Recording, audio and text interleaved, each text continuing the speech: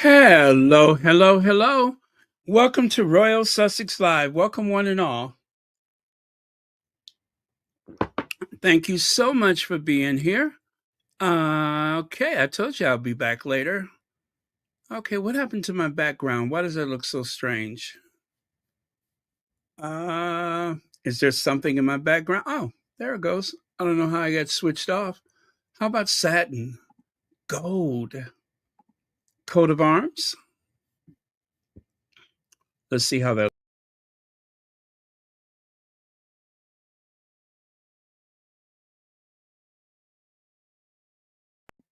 Um, no, you know what? Wait, why does that look so strange? Uh-oh. Wait. No, no, no. That's okay. I was just wondering, why does that look so strange? All right. I think I like that better. Yeah, I'm comfortable with that. Hmm. Well, everything is here, so I guess I'm in the right place. All right. Let's see who's here first. Fancy, fancy. Thank you so much for being here first. The People's Duchess. Hey, People's Duchess.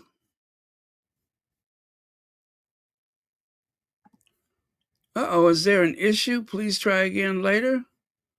Oh boy. I knew it was something.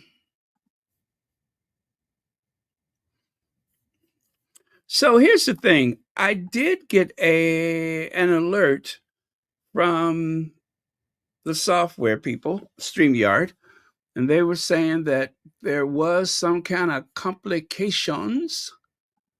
Um, and that they were working on it. So hopefully it will not affect us. But let me try it again. My slides are not working. Yeah, but hopefully we won't be affected by it. Connie Balmer. Hey, Connie Balmer. Come on, slides. You can do it. Hey, Joan Garcia, Antoinette Kennedy, Stephen Black. Hey, Stephen. His emotional support. No, I think they ended their trip. I wonder if it's because my file is too large. I think I got about 80 slides today. That's because part of what I used earlier is here. So, oh, come on. If this doesn't work, I'll just have to do it another way, but it has taken a minute to come up. In the meantime,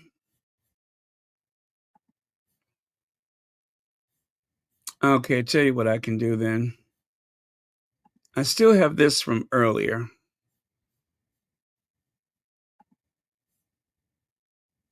But let's hope the other one comes up.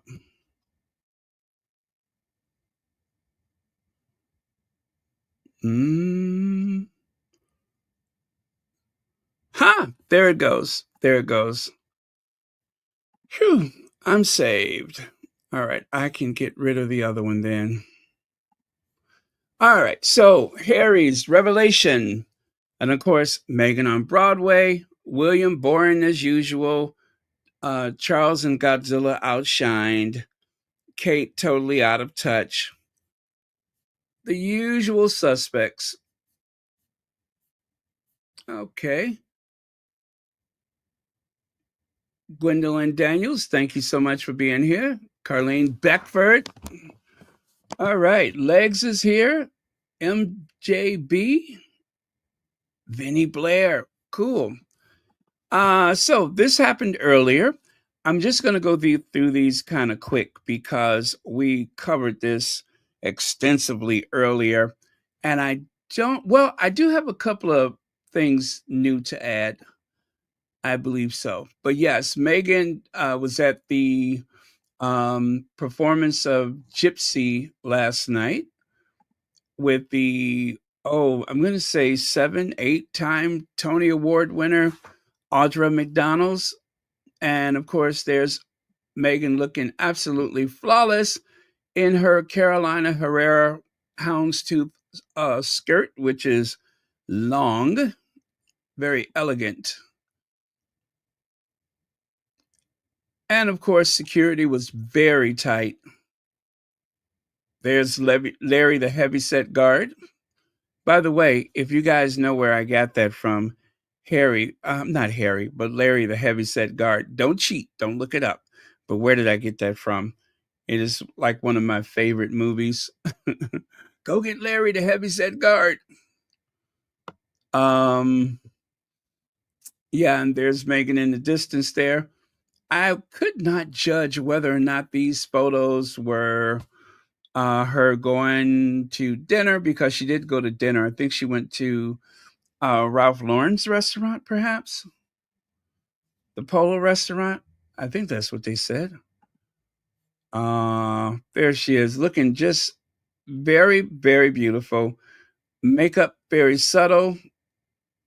I mean, she looks like someone's mom, and nothing wrong with that.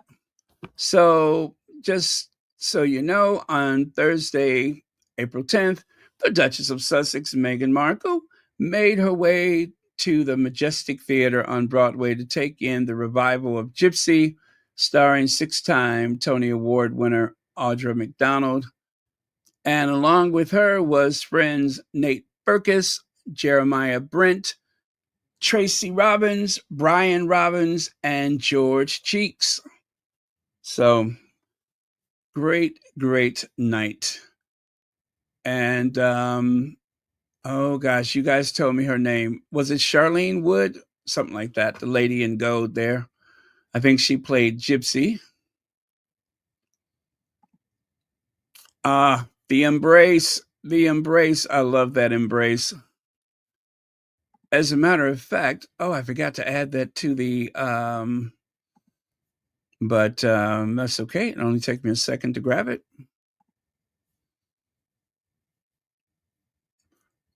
And of course, we don't know what words were exchanged between our Duchess and Audra, but that was a very sweet embrace. Absolutely love it. This may have possibly have been the first time they met. I'm not sure. This may have been the first time they met. I do believe they have been in communication. Audra McDonald has defended our Duchess on 2 occasions that I am aware of. And there's that. And the adorable little girl that stole everyone's heart yesterday. She was absolutely lovely.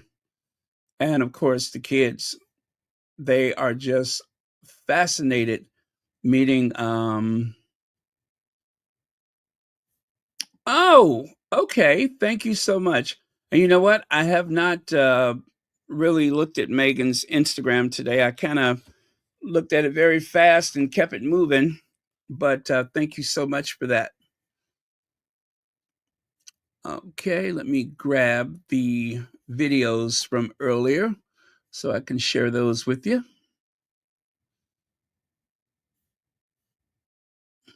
Okay, there, I think this is correct. Yes. Gosh, I hope so.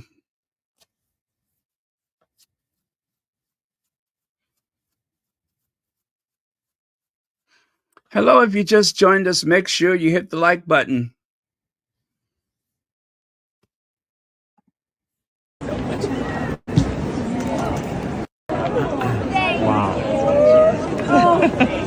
Wow.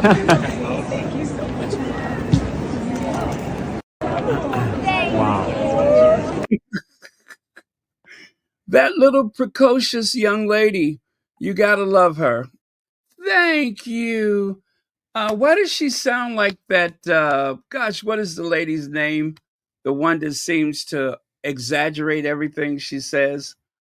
Connie Balmer, thank you so much for the super chat. And thank you. Yeah, super sticker. And thank you, of course, for being here. You know what? That looks different, doesn't it? Why does everything look different?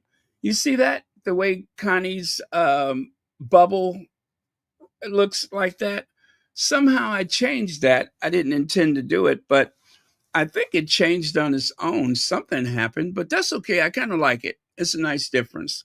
It's bigger and it's easier to see, which is a good question. How come I didn't do that sooner so I can see what I'm seeing?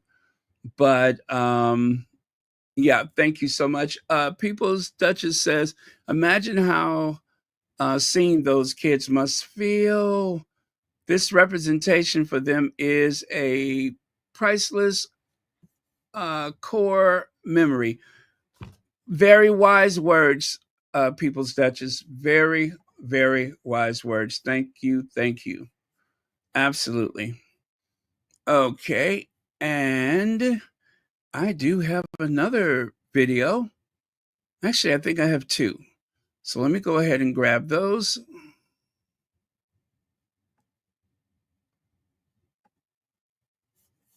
Uh,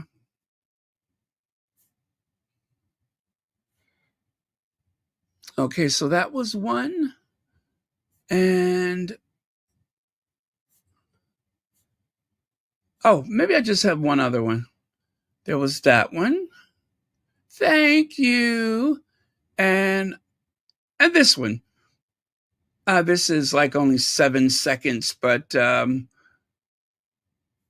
okay. Hope that's right.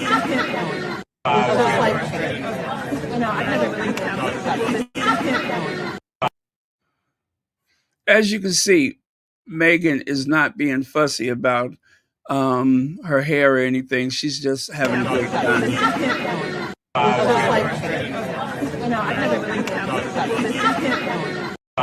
And the lady in the tan, look at how excited Meghan is to meet everybody. The lady in the tan coat, I'm guessing she's from Archwell. I'm guessing she's from Archwell. Okay. Yes, okay. I think that was it. I guess I only had that one other one to share with you. I think. Let me double check that.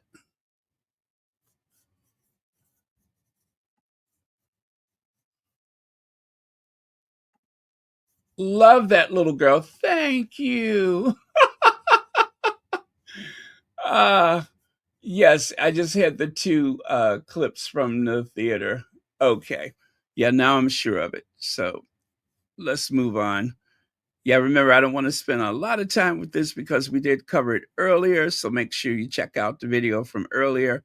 It was all about the theater. Or as my father from the South would say, the theater. The theater. He put a D in there. Theater. Okay, going to the theater. Thank you. Then, of course, there's a group shot. And I apologize that I did not zoom into this, but if we go quickly from right to left, there's Nate Berkus with the tan jacket, white t shirt. Next to him and kind of behind him, that is Jeremiah Brent, his partner. And there's Tracy Robbins in black with the gold chain. And the lady that played Gypsy, and I'm so sorry I can't remember her name again. And there's Meghan, there's Audra. And then if you skip over to your left, the guy in black from head to toe, that is, of course, Brian Robbins. So nice group shot there. And of course, the young girl who says, thank you, is front and center, right? Where else would she be? Where else would she be? And of course, there's that reminding us that Audra defended our Duchess. And there she is on the Today show. I played the sound for that earlier, but I cannot stand the guy in the blue tie and the lady in black. I think they're horrible people. Horrible. They said some very nasty stuff about Meghan. They always like to stir up the negativity, so I don't fool with them. And this is a thumbnail from a video that I made, I guess, in 2023. All right. And there's that, just telling us that Meghan was there. And of course, Aqua Zero pumps and the Carolina Herrera skirt. This lovely photo of this glam shot of Audra, which I adore. Meghan Markle pops up in New York City to see Gypsy on Broadway as Prince Harry makes a surprise trip to Ukraine. My goodness. Now, was there something else happening with the royals earlier? Something to do with a trip to Italy? Somebody went to France? I really can barely remember. It doesn't seem so important now. And of course, Madam Vice President and her partner have gone to see Gypsy. I guess you guys, if you go to New York, try to make sure you get some tickets for Gypsy. There's Oprah Winfrey and, of course, clutching those Tony Awards. Now, let's get to Harry. Got a lot to cover for him. So thank you to the squaddy who put this collage together.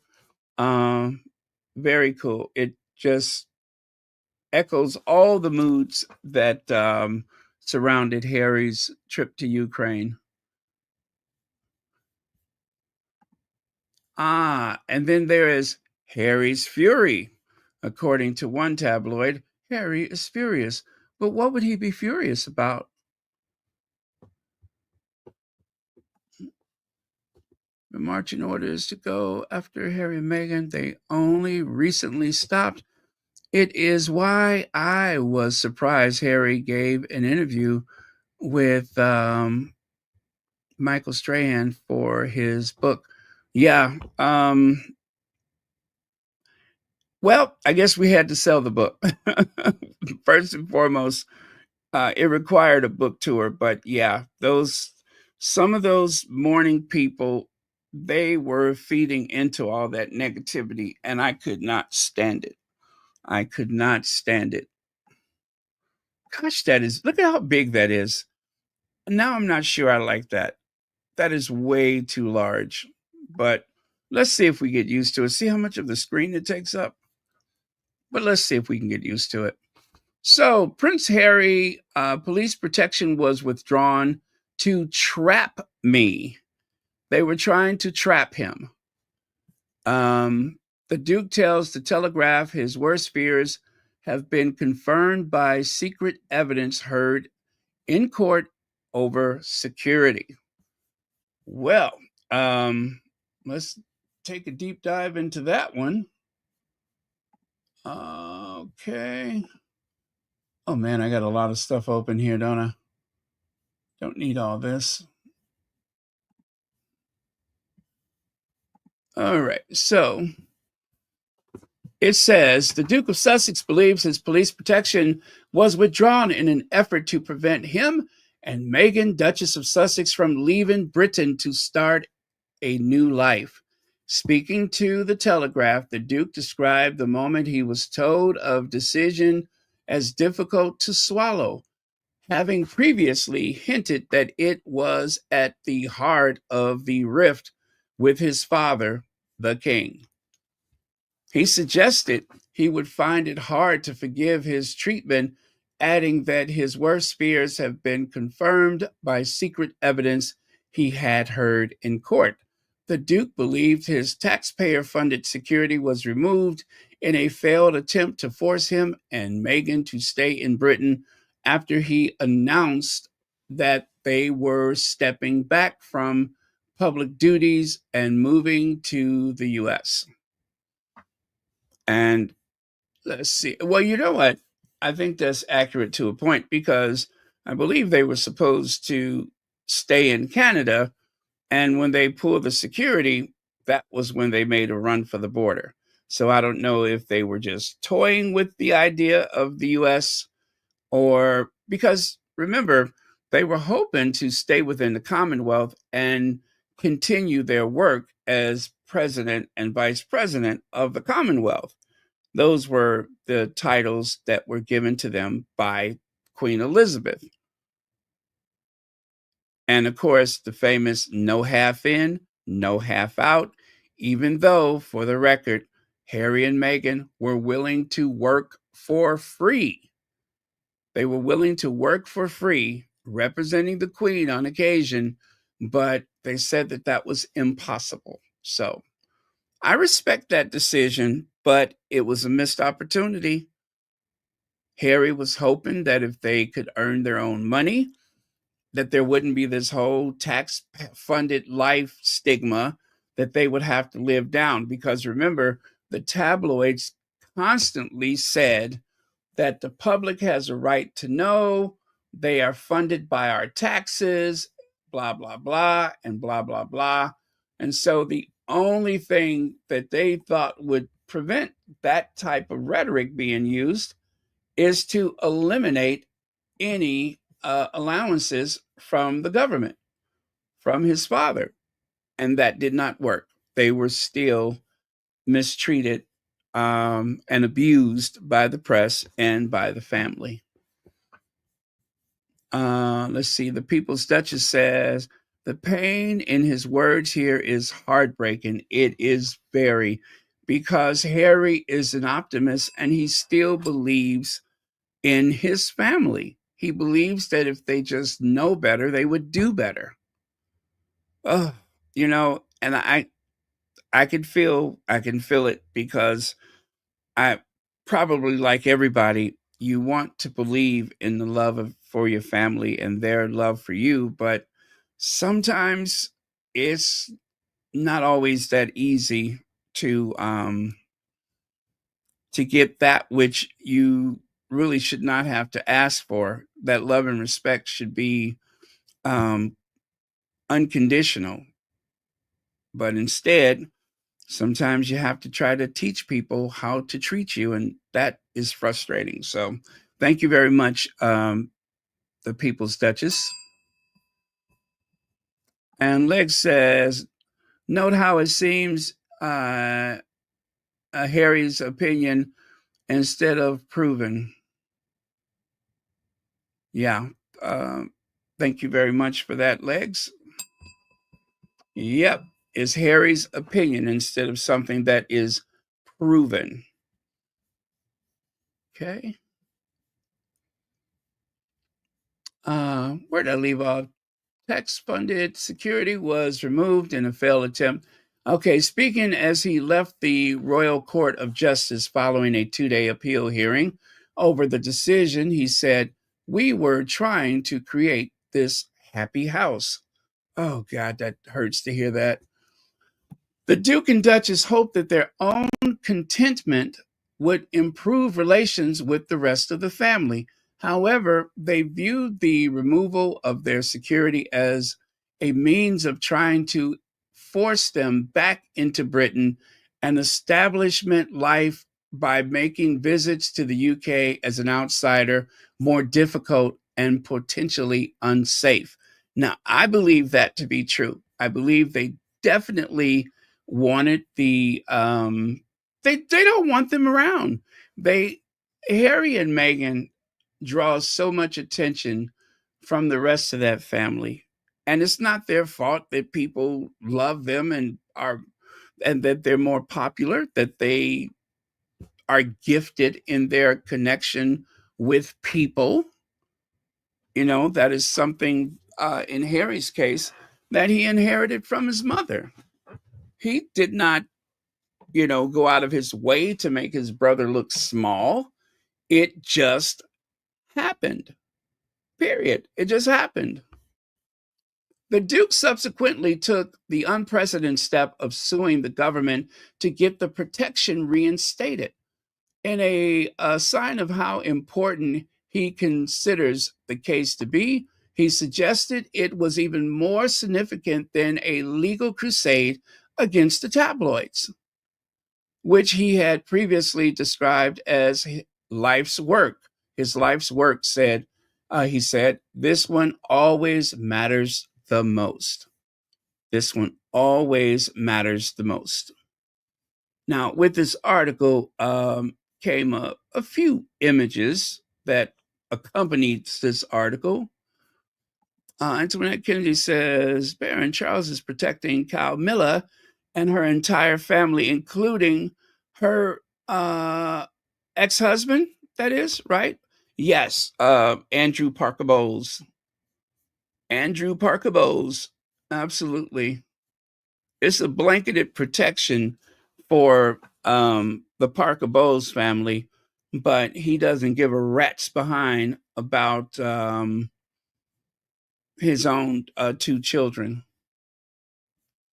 The Duke took legal action against the Home Office over its decision, arguing that the Royal and VIP Executive Committee, RAVAC, which determined security arrangements, had failed to follow its own policy and that he had been singled out for unjustified and inferior treatment. Full-time taxpayer-funded security is given to the King and Queen, the Prince and Princess of Wales, and their three children. In contrast, a bespoke process created for the Duke and his family requires them to give 30 days notice of any plans to travel to the UK, with each visit then assessed on its merits before a decision is made on whether to grant protection. That is just so asinine. They want to assess each visit, given a 30-day notice, meaning, of course, there's little or no flexibility there. It is a way to regulate. It's a way to allow them movement, but only in small doses.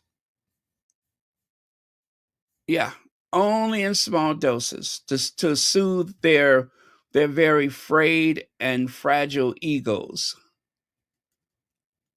Their reason for attending any particular event forms part of the decision, which the Duke argued was painfully irrelevant to his security. He has made it clear that he believes the king could intervene in the matter. Sir Clive Alderton, the king's private secretary, is a member of RAVAC. However, Buckingham Palace sources have strongly refuted the idea that the monarch could involve himself in the judicial process. Uh-huh. The Duke is not believed to have seen or spoken to his father or his brother, the Prince of Wales, for several months. Much of the original hearing and last week's appeal was heard in private because of a highly confidential evidence relating to security argument and threat level for the Duke and other public figures.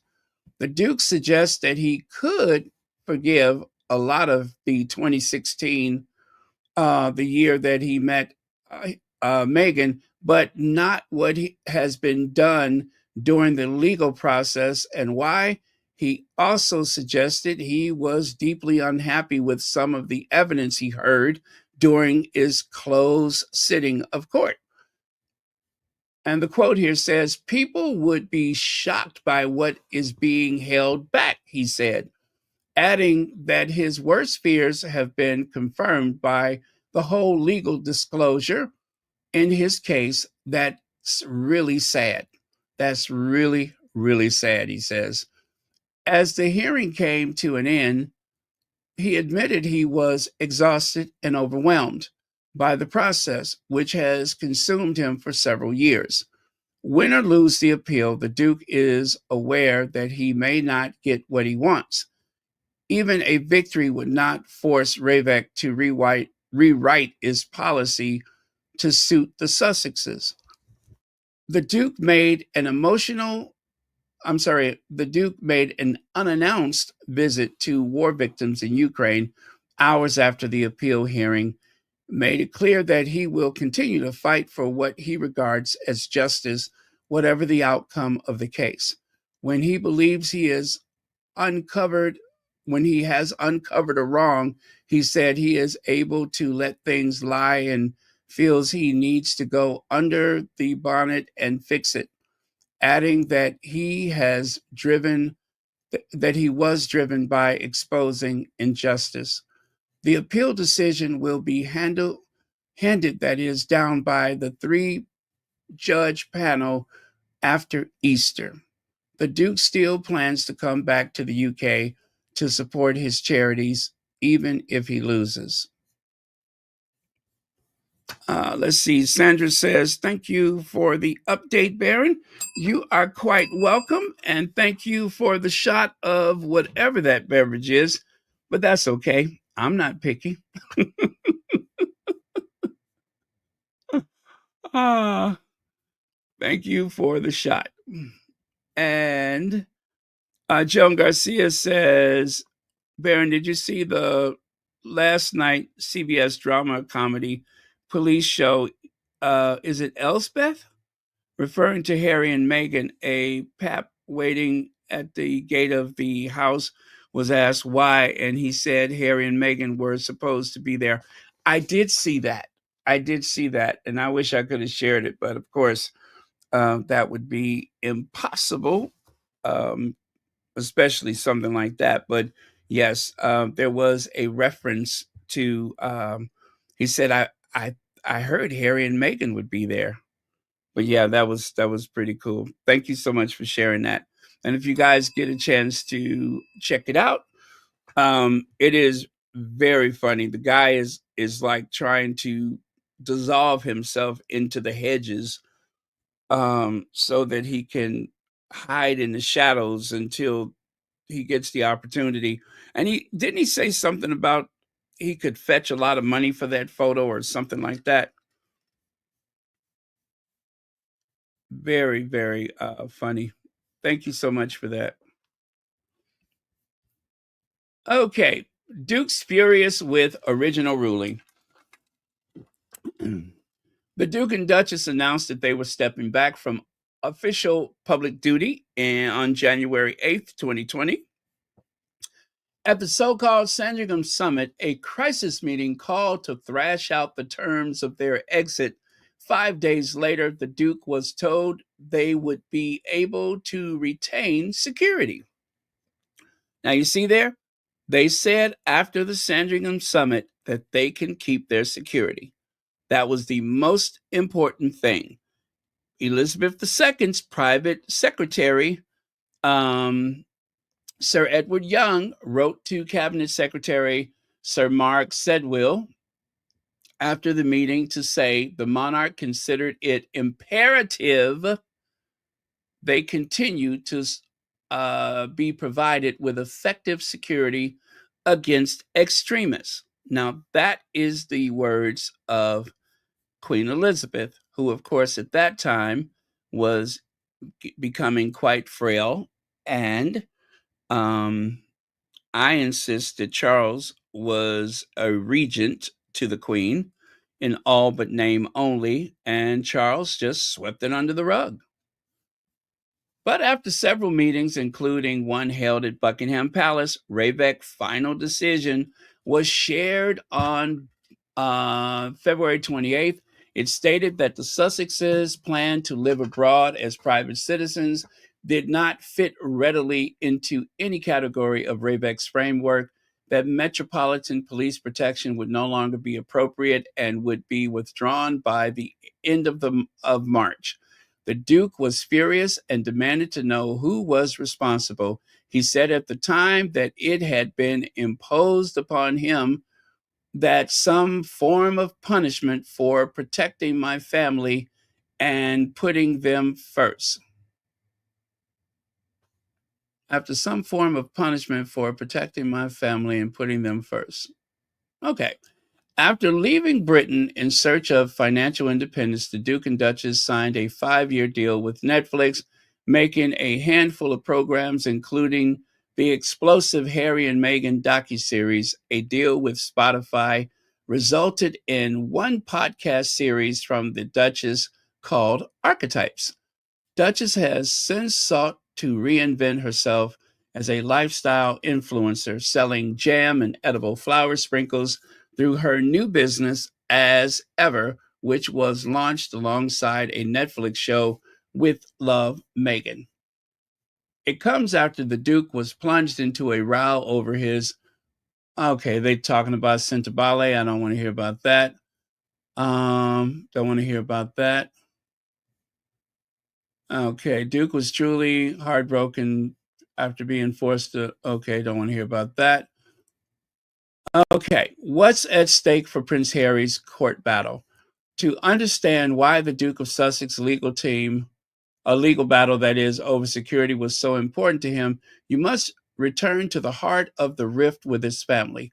The Duke and Duchess announced their plans to start a new life abroad. They were told their round the clock taxpayer funded security provision would be withdrawn. This, they believed, was an attempt to prevent them from leaving, to force their hands by removing their police protection, which the couple had made clear was their line in the sand. The detested establishment men in gray suits would make it impossible for them to live outside the institution. All involved knew that security costs on this scale were crippling. Not to a billionaire, not crippling to a billionaire. Barbara Richardson, thank you for the super chat. Even as heartbreaking as he won't out them completely. I'm sorry, heartbroken. I'm so sorry about that. Even as heartbroken as he won't out them completely. His heart of gold is what separates him from those vipers. Absolutely. Thank you so much, Barbara Richardson. And that's true. Harry is still trying to protect their feelings, even though they don't seem to have any regard for his feelings or his safety and well being or that of his family. It continues, but if that was the tactic, it failed, and that it left a trail of deep resentment that reverberates to this day. Speaking to the Telegraph as he left court during an attempt to challenge the decision, the Duke himself described their ordeal as difficult to swallow. It was reported that Harry seemed rather agitated in court and that he, you know, was having words with his legal defense, and that you could see that he was not feeling good about what was going on. So, as stunned as they were, the Duke and Duchess left anyway, determined to create for themselves a happy household free from the shackles of royal life. We were trying to create this happy house, the Duke told the Telegraph. That was 5 years ago, but to his clear fury, there has never been any kind of reevaluation of his security provision, which is now determined on a case by case basis as and is far from guaranteed. On a case by case basis and far from guaranteed. I mean, you can't just get up and go and buy yourself a frappuccino unless you contributed that to the 30-day advance notice. 30-day advance notice to visit his place of birth. Rather, each side has dug in its heels. The Duke, to his father's horror, sued His Majesty's government, arguing that it was no longer safe to bring his family back to the UK. He believes he was singled out for unjustified and inferior treatment. The Home Office has argued that their departure presented a unique set of circumstances that did not allow for usual policy to be followed. The long running battle means far more to the Duke than any of his bitter battles with the media. The hacking cases he considered necessary, but this one strikes at the heart of his very essence. The Duke did not choose this life. The Duke did not choose this life. The Duke was born into the royal family, and he has argued that he didn't choose this life. The inherent security risk that comes with such a unique position means that he has spent almost his entire life shadowed constantly by police protection officers. It was something that was never questioned. Specialist Metropolitan Police officers lived alongside him throughout his childhood at Highgrove, Kensington Palace, Wetherby, Ludgrove, and Eton. It was simply part of life. The decision to step back from public duties did not mean the threat suddenly dissipated.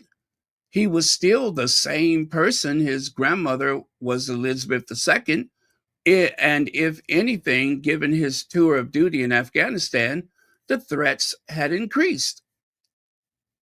Despite his audacious bid for freedom, the Duke knows he can never be a private citizen in any meaningful way. No one views him as such, not the press, nor the public, nor the millions spouting forth and shaping opinions on social media.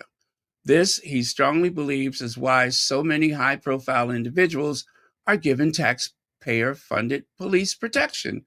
Even after they have stepped back from their public roles, former prime ministers, for example, including Liz Truss. As far as the Duke was concerned, the removal of his security provision was wrapped up in the idea that if you leave a job, you lose the perks.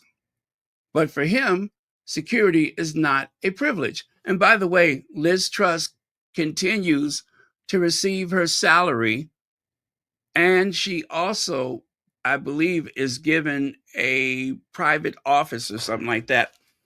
But anyway, she's receiving the same perks that Winston Churchill would have received if he just retired yesterday. Until he embarks on this protracted legal process, the term judicial review was not part of his lexicon.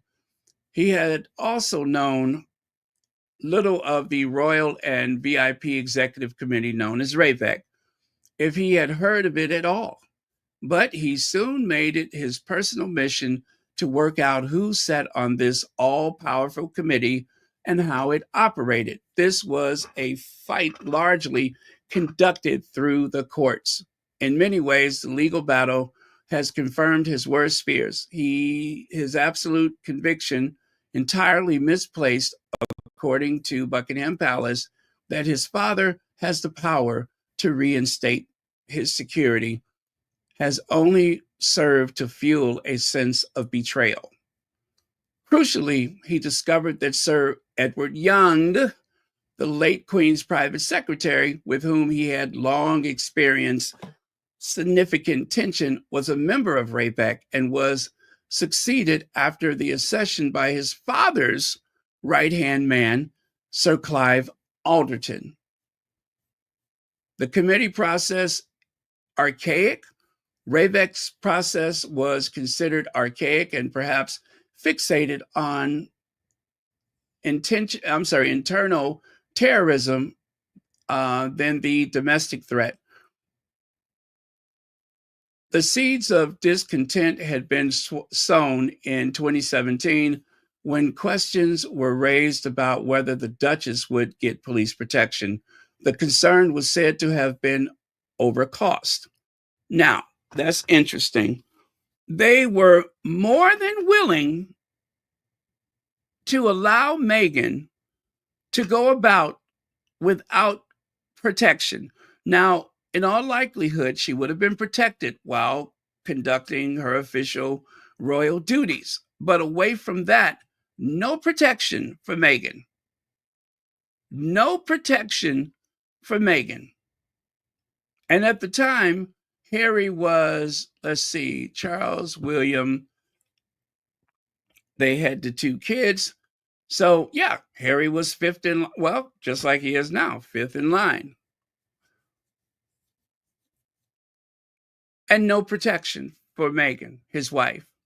That is unheard of. But if the Sussexes lost their security 3 years later as some form of punishment or attempt to control, then surely they would argue there had since been an opportunity to make things right. To change tack now would be to suggest there had been alternative avenues all along, which of course we all know that there is alternatives. Just give them the flipping security. When told on February 2020 decision to remove blanketed security and instead create a bespoke, flexible approach, the Duke was furious. He demanded to know who was willing to put him and his family in a position of extreme vulnerability and risk.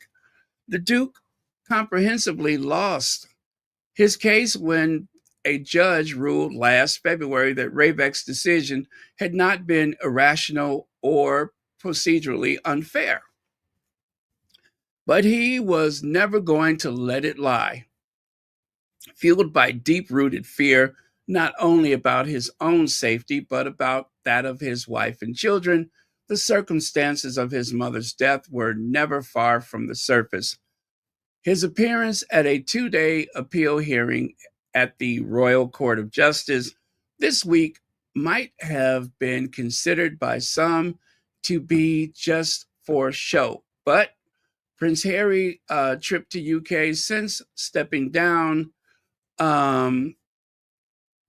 but it was clear that he listened to the arguments being put forward, that he was utterly immersed in every detail and knew the case inside out.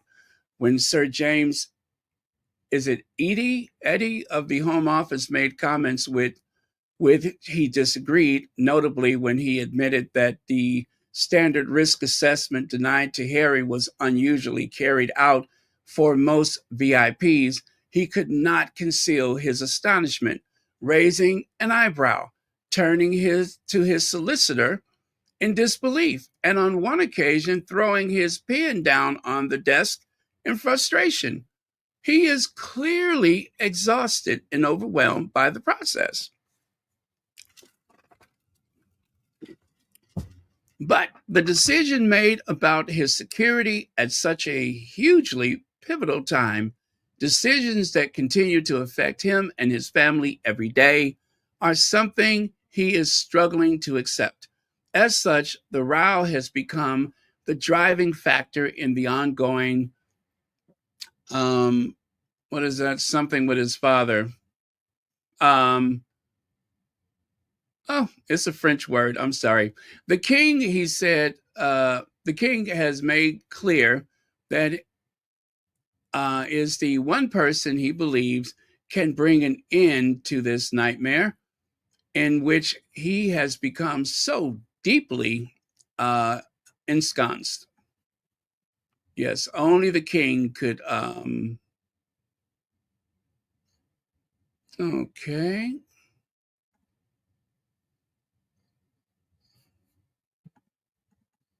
All right, let me see this. Oh, it is a French word. Coldness and reserve between people.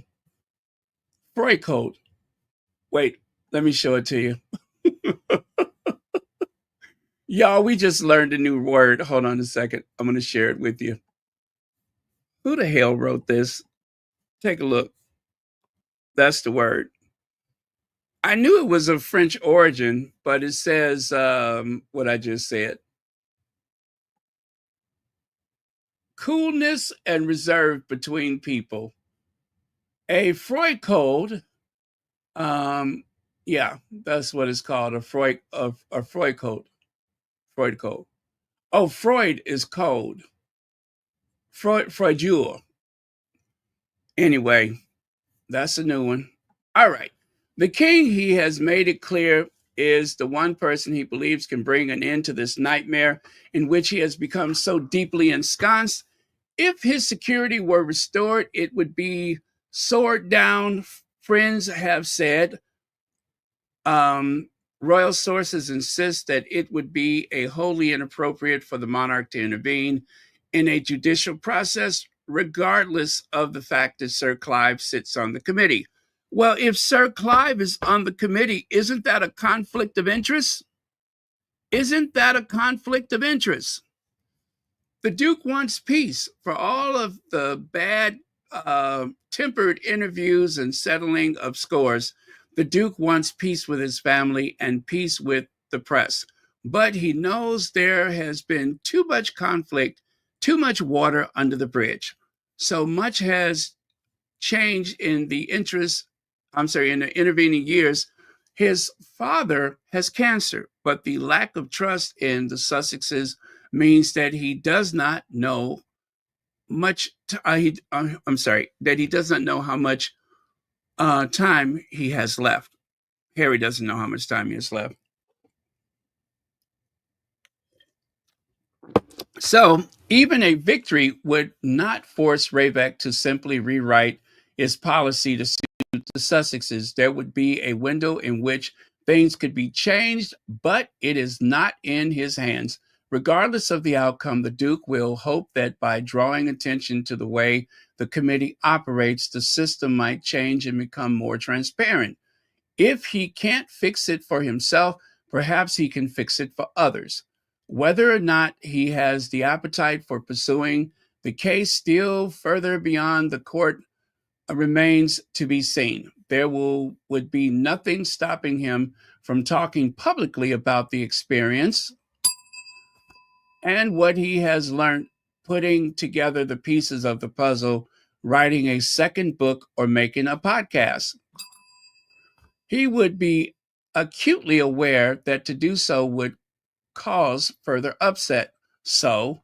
But the Duke believes that if he has uncovered an injustice, he should try to fix it.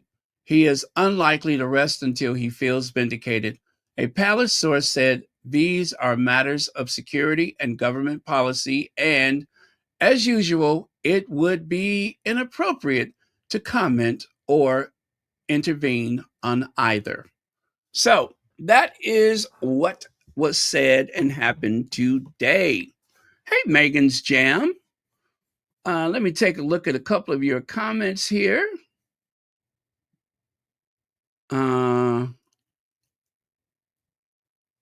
Yep, he didn't have any money for Meghan. And you know what bothers me about that so much is that they allowed the public to believe that Charles was funding her wardrobe. Remember that? They alluded to some idea that Meghan's wardrobe came out of whatever allowance or funding that they received from the Duchy of Cornwall, when the truth is Meghan paid for her own fashions. Okay, thank you very much for your comment. Yep, they controlled her movement, and she couldn't even use the text messages on her phone. She couldn't even use the text message feature on her phone. Remember that? They gave her a phone with some setting that they said was appropriate for her.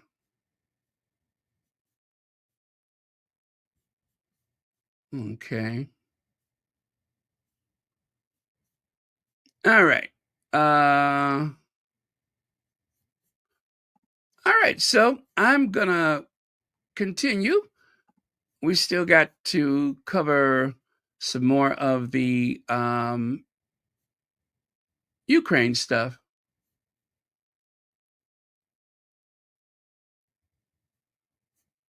If Harry had security while in the UK, then he could move and work independent of the crown. That would be complicated. Yeah, it would be complicated, but never impossible. Harry offered to pay for his security, and really, let's just get to the root of things. Only the Met Police or whatever official law enforcement over there could close down the street, could have access to logistics to assess what the level of threat could possibly be, right?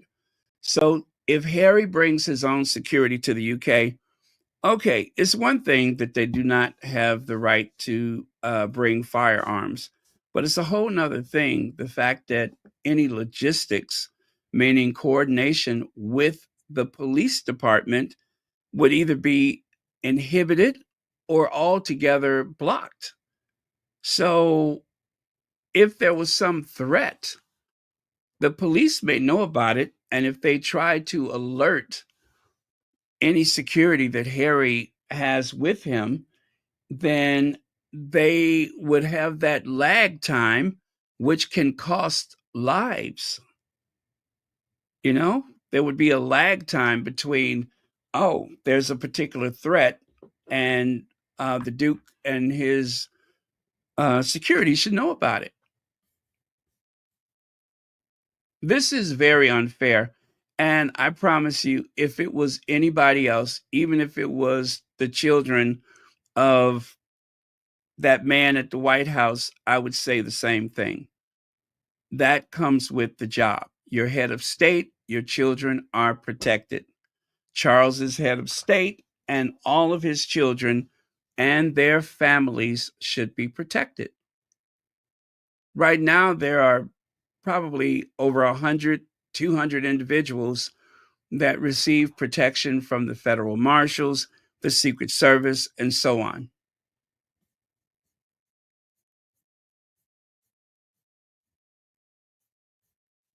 So yeah, that something as typical as protecting the son of a head of state is excluded because they're mad at Harry for leaving. Meghan's jam member for 5 months. Charles already has intervened. Touche. Absolutely. Thank you very much. And Gwen Mills, thank you for the super sticker. Thank you very much for that.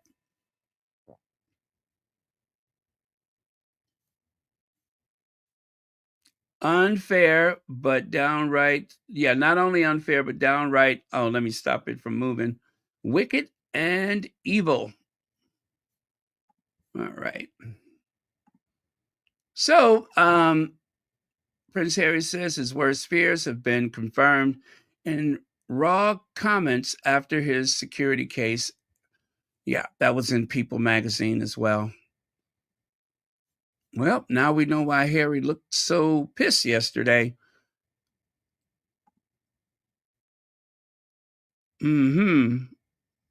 So Prince Harry visits Ukraine, largest rehab center for war amputees. Well, we pretty much know all about this. So yeah, it's a place called Superhumans, and we did cover that yesterday. Oh, I got a sound bite for you. I have a sound bite for you. Let me do this, and I will take the opportunity to drink some water. If you just joined us, please make sure you hit the like button.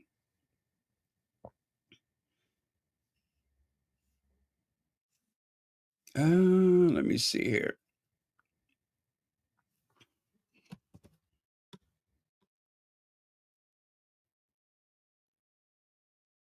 We have some massive news coming out of Ukraine in which Prince Harry made an unannounced visit to a hospital inside the Ukrainian city of Lviv to visit some war victims. This is part of his ongoing work with wounded veterans. This came from a spokesperson. He, by the way, if you don't know, actually spent 10 years serving with the British Army, and he's made his entire journey after that in helping injured soldiers. He obviously has the Invictus Games, in which Ukraine was a part of, and I'm assuming that this is one of those things in which he's going to Ukraine to continue his work. This would be the first time we've ever seen any major UK official go to Ukraine and to meet with soldiers like this. This is honestly really fantastic. Not too much from the statement it's himself, except for it was unannounced, and he just kind of went there. He met with wounded soldiers for quite some time. He visited the Superhuman Center, it's called. It's an orthopedic clinic in Lviv that treats and helps out wounded military personnel and civilians. And it's honestly, it's big because remember, Ukraine as a country is completely in the war zone. To see Prince Harry over there means a lot. So thank you to Prince Harry and thank you to the UK. Let me know what you guys think about this in the comment section.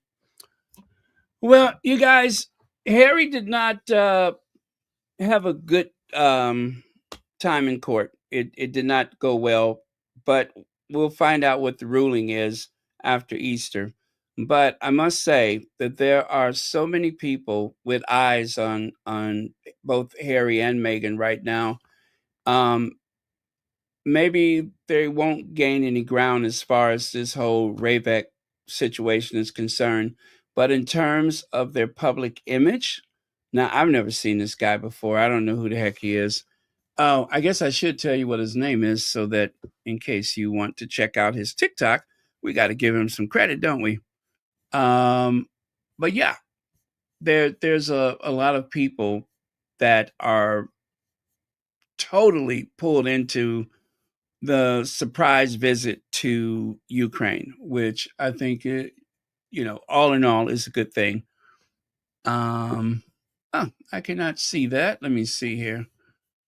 Try to zoom in and focus in on his name, which is kind of blurry there. Who the heck are you, sir?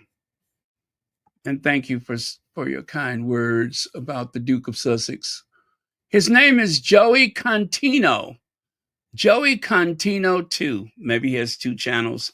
But thank you, Joey, for sending a nice word or two out there about Prince Harry. We appreciate that.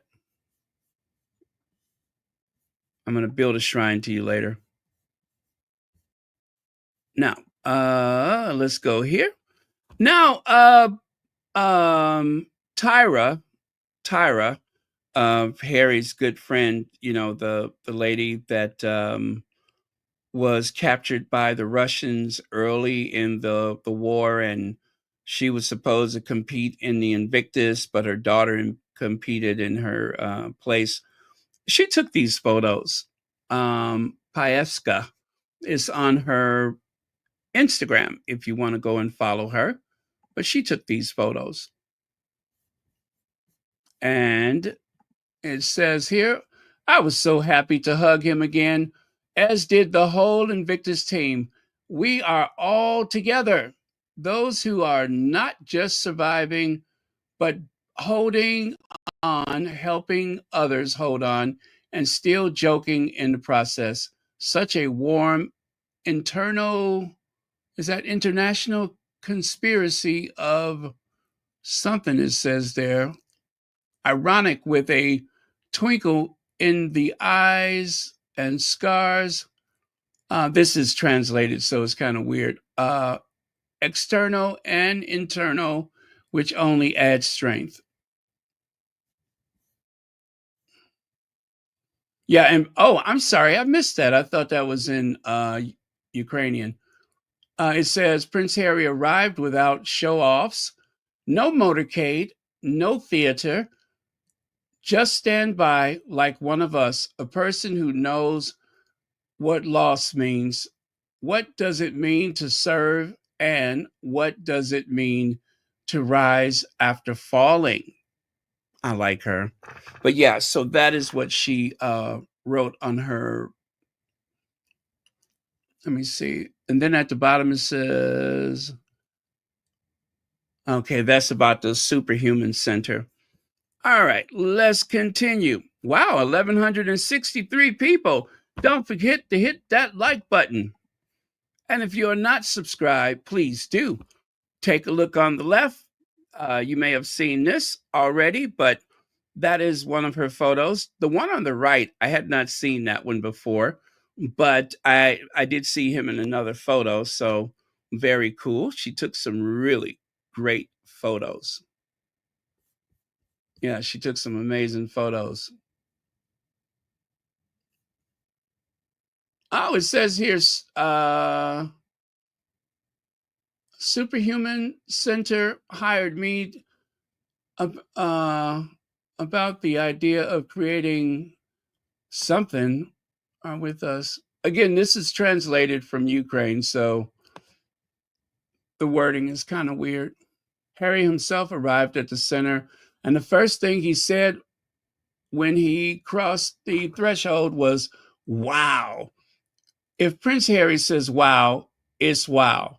But the biggest wow in him was called by our supers, our supers. They're smiling. He says, Harry, they're so strong, and asked to try how to manage the prosthetic hand. Okay. Harry's first visit to Ukraine, he said. Okay. All right. So let's continue.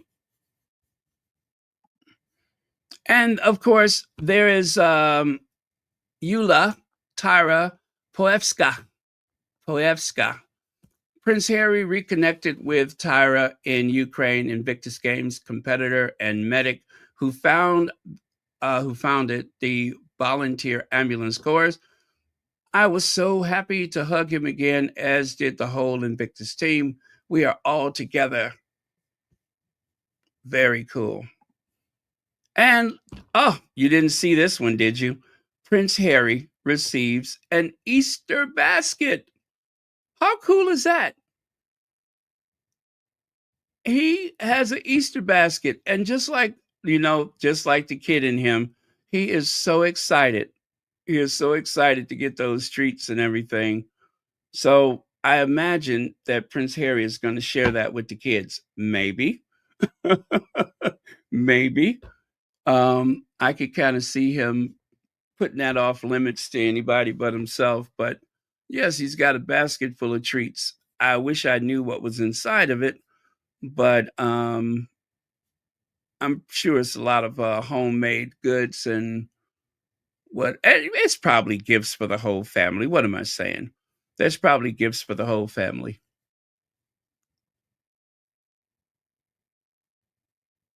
All right. And okay, you guys, remember what I just said, right? That in spite of everything that happened in court, this is a huge win for Harry this week, that is, because there's CBS This Morning, Japan News, the what is that? The Kyiv Independent, South China Morning Post. Yeah, so these are just a handful of, you know, news sources that picked up on this story. But you know what they're not talking about? Fred and Gladys in Italy. Nobody cares about King Charles III and his concubine going to Italy. Nobody gives a rat behind, and nobody cares. Here's a couple of other photos that we did not see yesterday. At Superhuman Center in Lviv, Prince Harry met 9-year-old Roman Oleksiv, Oleskiv, Oleksiv, Roman Oleksiv, a brave Ukrainian boy who suffered severe burns covering 45% of his body after a Russian missile strike in July 2022. Roman lost his mother in the same attack, too. Oh, my goodness. Well, like I said yesterday, Roman has just made a friend for life because you know that Harry and Meghan are going to be in touch with this young man. Yep, he will be in touch. And I could also see that he is likely to be a future Invictus Games competitor. So remember, his name is Roman, and we will see him again. And of course, um,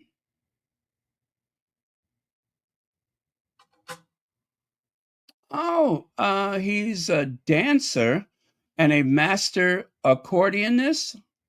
Okay, so he dances and he plays the accordion. Very cool. Very cool. Didn't see that one yesterday either. I found that one today, where Prince Harry gave him a big warm embrace. I was glad to see that. That is definitely something that he won't forget. And of course, there's a duality there. Um, a tale of two princes. One prince, Prince Harry, is speaking and comforting injured servicemen in a war zone in Ukraine. The other, Prince William, is using taxpayer money and flying on private jet to Paris to be a pundit. Prince William has barely done any work this year. And if you recall, Prince William went over to Paris, went over to France to take yet another vacation and also to work as a pundit to speak about football. Yeah, the next king was holding a microphone like some paid announcer. Well, he is paid, but just not by that network. Ah, and check it out there. King Charles, Queen Camilla visit Dante's tomb in, is it Ravenna? Um, and of course, it would not be finished. It would not be complete if Graham Smith does not troll the royal family and, of course, the royal rota. So there it says Chris Ship with a P, not a T.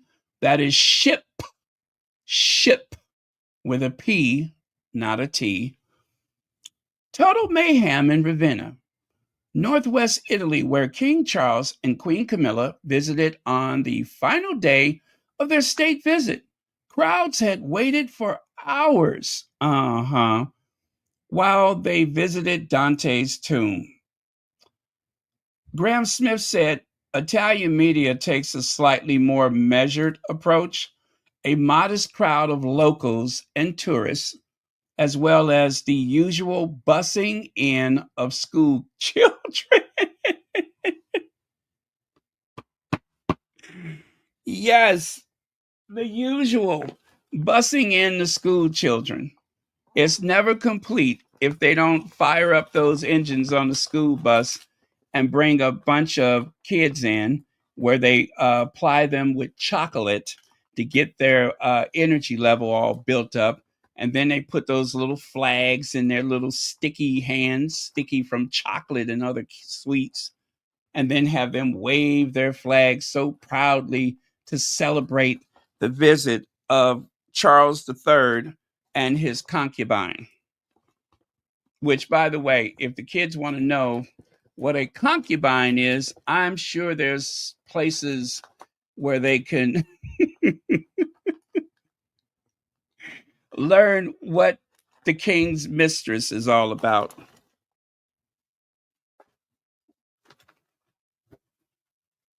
Uh-oh, hold on a second. I need a Ricola.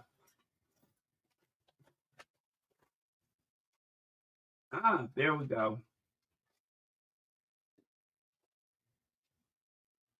Yes, I need a Connie Balmer Ricola for my voice. All right. So, that was Graham Smith pushing back on this assertion that there was this big crowd waiting to see Charles and Godzilla. Oh, King Charles went to Rome to express his concerns about climate change. He had his Bentley transported over for it. Charles cares so much about climate change that he shipped the state Bentley ahead of his visit so that it would be there to greet him. Because, after all, there are no car manufacturers in Italy, is it? No Alfa Romeo, no, what is it, Lamborghini and Who else is it? Plus all the other European cars they have. No, I guess Mercedes does not exist in Italy. You know, if Charles came to the United States, they wouldn't allow the state Bentley. The Secret Service would provide him with transportation. So this is a bunch of nonsense and a waste of taxpayer money and unnecessary carbon emissions. Speaking of unnecessary carbon emissions, I wonder how Queen Godzilla is getting along. Speaking of unnecessary carbon emissions, as a matter of fact, anytime I look at Camilla, the first thing that comes to mind is unnecessary carbon emissions.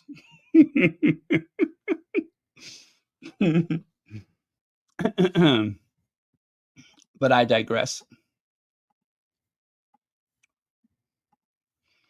Oh, yes. And then, of course, there was this moment when Gladys seemed to get lost. Remember that? Camilla could not seem to find her way, and Charles was furious. As a matter of fact, is that the president of Italy or whoever that guy is? He's furious too. Everybody in the room was trying to guide her over to that side, but for some reason, she got distracted. And I think I know why. You know, I had to look into it. I just happened to find a way to assess the layout of that room. And I'll share that with you in just a moment. But yeah, there's a reason for everything, isn't there? And I am going to bust this case wide open. Aha, there it is.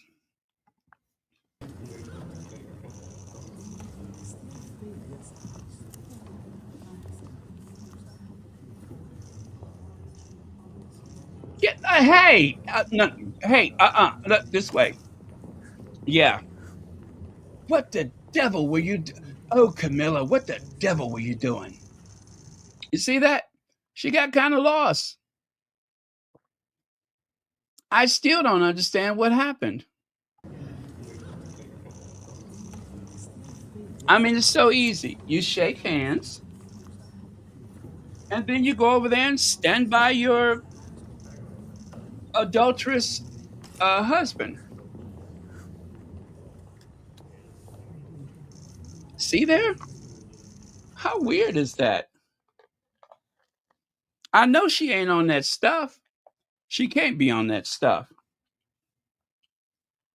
Well, you guys, leave it to me to figure out exactly how that happened. This is what happened.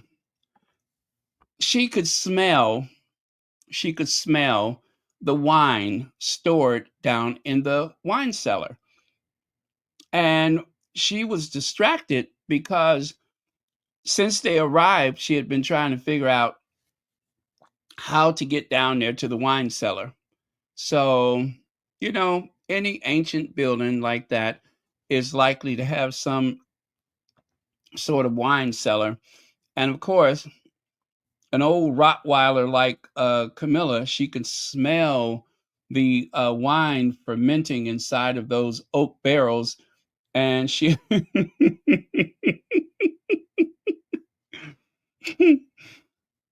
she could smell the wine fermenting in those oak barrels and wanted desperately to go down there and take a big nose dive into one of those barrels of wine. You know, because admitting you have a problem is the first step, right? If you admit that you have a problem, that is the first step. And I think she has a problem. Oh, and did somebody, let me see here. Oops. Pa was caught throwing another hissy fit. It's very much given the same vibe as his famous tantrum. Well, let's not forget he had a fit outside of the coronation, too. Okay? We cannot forget he also had one of his hissy fits outside of the coronation. Now, let's see what she's talking about here. Look, what the devil were you doing? All I said was come over to the side of the room. You always embarrass me like that.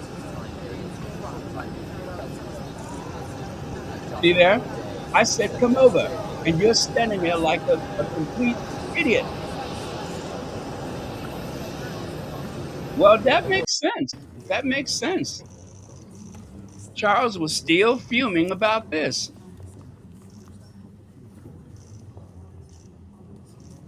What the devil are you doing? Get over here. Oh, God, Camilla, you ruined everything.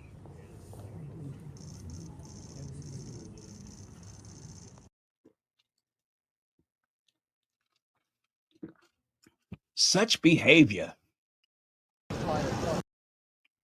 How dare you? Such behavior. When I say come over, you come over. I just don't know what the devil you. I said come over, and you stood there. You just stood there.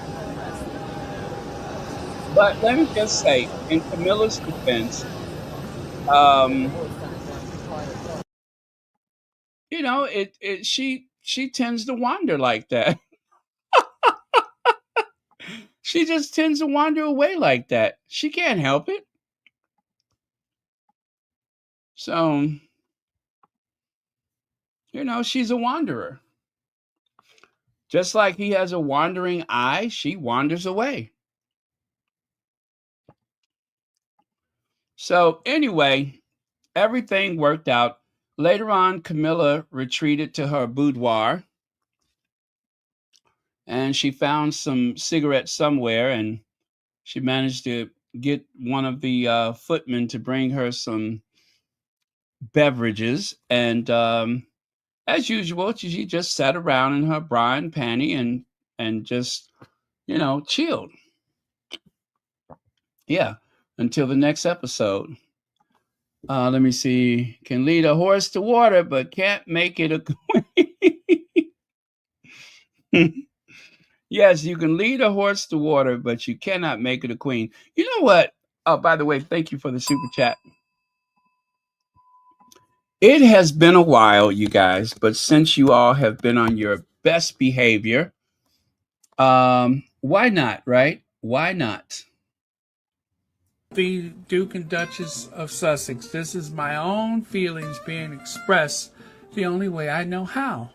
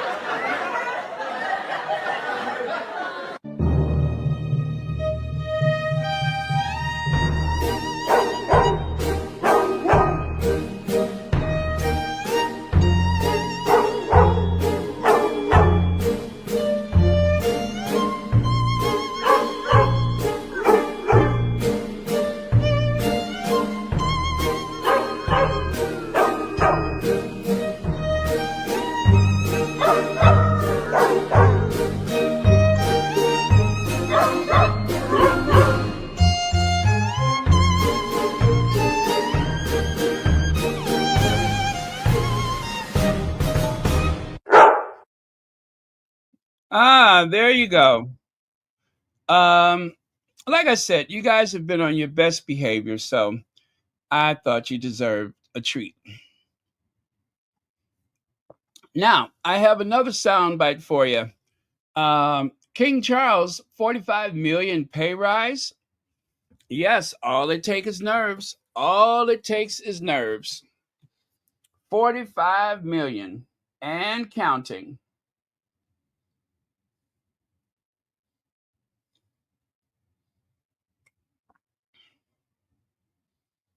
All right, where is that 45 million? Um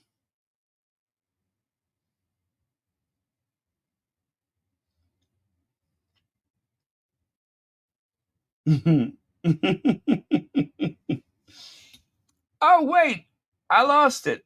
I lost it. What did I do with that one?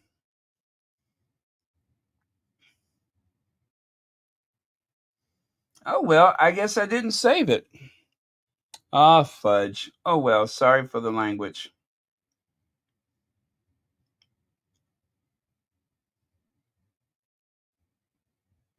Hmm.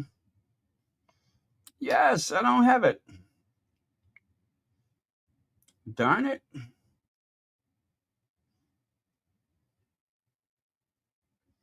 Well, that's okay. If I come across it later, I'll share it. Not the biggest deal.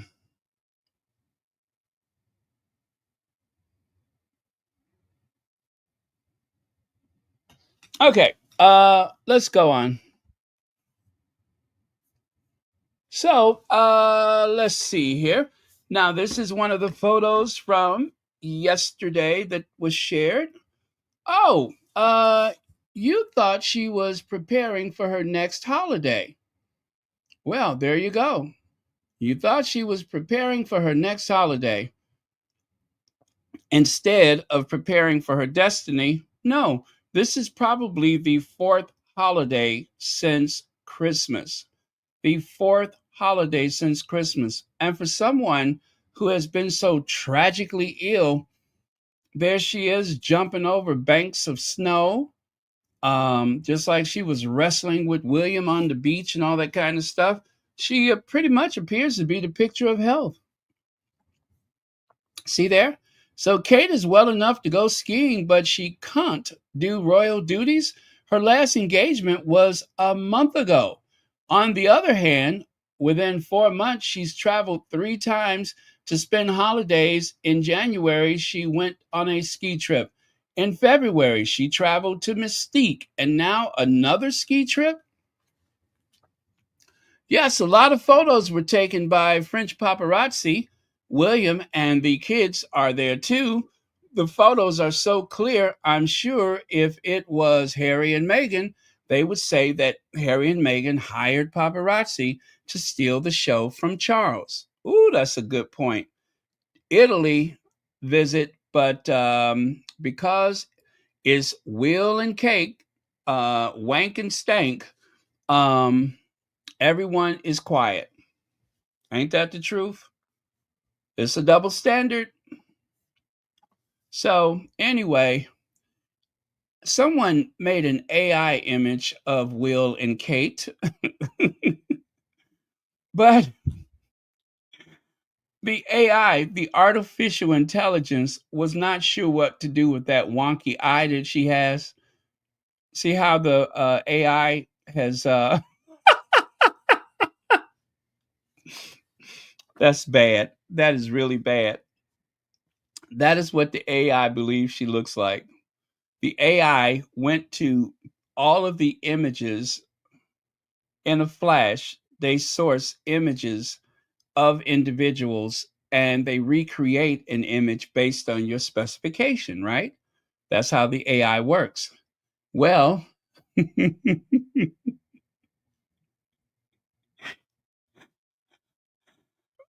there is a a belief within the software, within the program, that that's what Kate looks like. And you know what? I will not be the one to correct them. If that's what the computer sees, that's what it's seeing. Wank and stank. But you guys, we have to remember they're under a lot of pressure. Princess under pressure, Prince under pressure, William and Kate under pressure, and of course, Kate secretly living with her mom under pressure again. That's their default setting, pressure. Even right here, panic at the palace. William cracks under pressure. They're always under pressure. They're always under pressure. But remember, it's Harry and Meghan that want your sympathy. But Will and Kate are totally justified with you feeling sorry for them. They're totally justified. Wank and Stank deserves all the sympathy in the world, even though William has just gained a fortune of $1 billion duchy of Cornwall. Kate has never really worked a day in her life. Um, both of them have grown up privileged and pampered, and yet, and yet, they are under a lot of pressure. But you know what? Planning, what is it, 4 holidays in 3 months, that is a lot of pressure. Anybody would be pressured by that. If someone told me you have unlimited resources to plan a vacation, um, let's say averaging 1 point whatever a month, can you do that? Sure. It's going to be a lot of pressure. I'm going to be under a lot of pressure. But yeah, I can plan a leisure time with the best of them. But for Will and Kate, for Wank and Stank, that seems to be a lot of pressure. See there? Kate Middleton is reportedly having a very difficult time with stress and anxiety. Now, royal expert says, and that was back in November 2022. Even then, she was under a lot of pressure. And over here, Will and Kate still under pressure. They're just under pressure. Everything puts pressure on them.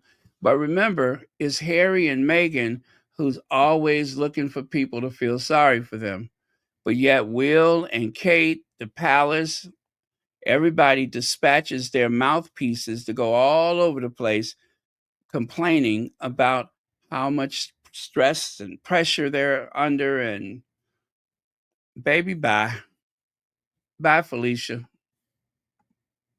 Now, speaking of pressure, it is said that they may sue. Is it match? How do you say it in French? Is it match? On Wednesday, the Paris Match published new photos. Published their new issue with exclusive photos of Prince William and Kate on the cover. Paris Match got their hands on photos of the Wells family on vacation in Corchevo just last week, which would have been the Wells family third. Everybody knows it, which would have been the Wells family third vacation of the year. Remember, this is number 4 if you include Christmas, but their third vacation of the year. In a late December, early January, they were in Corchevo with James Middleton. Then in February, they were in Mystique and not in London for the BAFTAs. Remember that. They decided to forego the BAFTAs and go on vacation. And then the ski holiday at a borrowed chalet in April, the last real week of the ski season. Paris Match published extensive photos of William drinking, Kate without her hairpiece.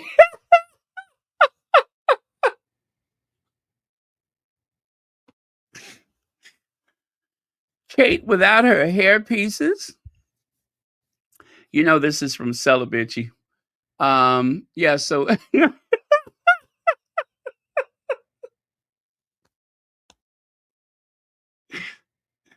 That kind of caught me off guard. So Kate without her hair pieces and the kids getting skiing instructions.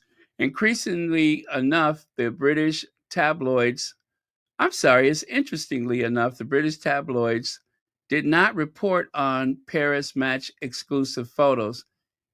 The New York Post managed to buy the same pics for publication, though, so the photos and story are filtering down into American media. Oddly, the one British outlet that had coverage of the photos managed to frame it as, oh, Paris Match could get sued for this. So, yeah, the one publication that shared the photos insists that they could be sued. Kate without her hair pieces. Are they sure that those are hair pieces? Because I thought that was her natural hair. I mean, that is her hair, isn't it?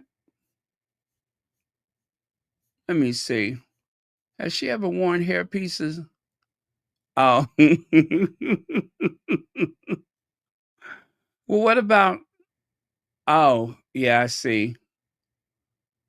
Yeah. Muskrat brown, right? Muskrat brown. Kate's muskrat hair pieces. So, a French magazine has risked the prospect of legal action. I believe this is the tabloids version of things. From the Prince and Princess of Wales after publishing private photographs of the pair on a secret ski holiday with their 3 children. It is thought that no formal complaint has yet been made, but the royal couple consider their privacy paramount on such breaks, particularly when it comes to their offspring. Now, the only way to share the photos was to include they may want to sue them. The pair have a history of run ins with the French magazines after Closer published topless photos of the princess on holiday in Luberon, region of southeast France in 2012. A Paris court later found publication guilty of invasion of privacy, which, yeah, they had to pay a lot of money, but I just don't think that was fair because I've seen the photos, and if they paid based on cup size, if they were forced to pay based on the cup size, either those are some very expensive flapjacks or a matter of fact, don't they sell those at as ever? They call them crepes. Yes, those little mini crepes fetched a whole lot of money. And trust me when I say it was not much to look at. But some of the photos, if you ever have a chance to see them, oh my God, do they look awkward? They look awkward. There was one where I could see Kate was reaching back to, you know, cover herself with sunscreen. And I tell you, when she reached back, she almost reached down to the back of her knees because it ain't nothing back there. You know what I'm saying? She almost reached the back of the heel of her foot because it ain't nothing back there. There was so little in between. Oh, anyway, not much in the front, not much in the back. I say they shouldn't have paid anything. If they would have paid by measurement, they would have probably have owed them about maybe 20 pence, something like that. Not a lot. And even adjusting for inflation is not a lot of money. Why Princess Kate did not join Prince William and Prince George in Paris. Well, according to Zandy, whenever co-parent William and Kate are seen out and about doing co-parenting activities, KP feels the need to do a lot of complaining and explaining. They should just tell the truth and be done with it. They always have some explanation why the two of them do not seem to do anything together. Yep, they always have an explanation. Let me see. Pampered Prince William Windsor and his older son flew in a gas-guzzling luxury private jet to see Aston Villa play in Paris. What an eco-hypocrite. What a waste of public funds. Yeah. William gets too excited about these games. I'm sorry, but he gets a little bit too excited. That's what you do when you're compensating for something. Oh, another vacation, another football match. Kensington Palace is trying hard to hinder Prince Harry and Meghan Sussex from succeeding in life because of a successful Harry and Meghan will only highlight the inadequacies of Prince William and Kitty. Wank and stank.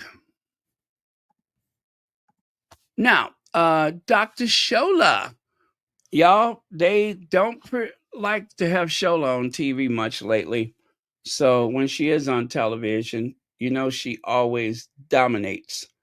And they can't stand that because they cannot talk over Shola. She's not going to allow it. Charles is worried about is that people, those who may have forgotten, or the current generation who do not know, will finally know that he was an absolute waste man of a husband to Princess Diana. Waste man. Waste man. What King Charles is worried about is that people, those who may have forgotten, or the current generation who do not know, will finally know that he was an absolute waste man of a husband to Princess Diana. Waste man. Waste man. You heard what she said. She said he's a waste man. Period.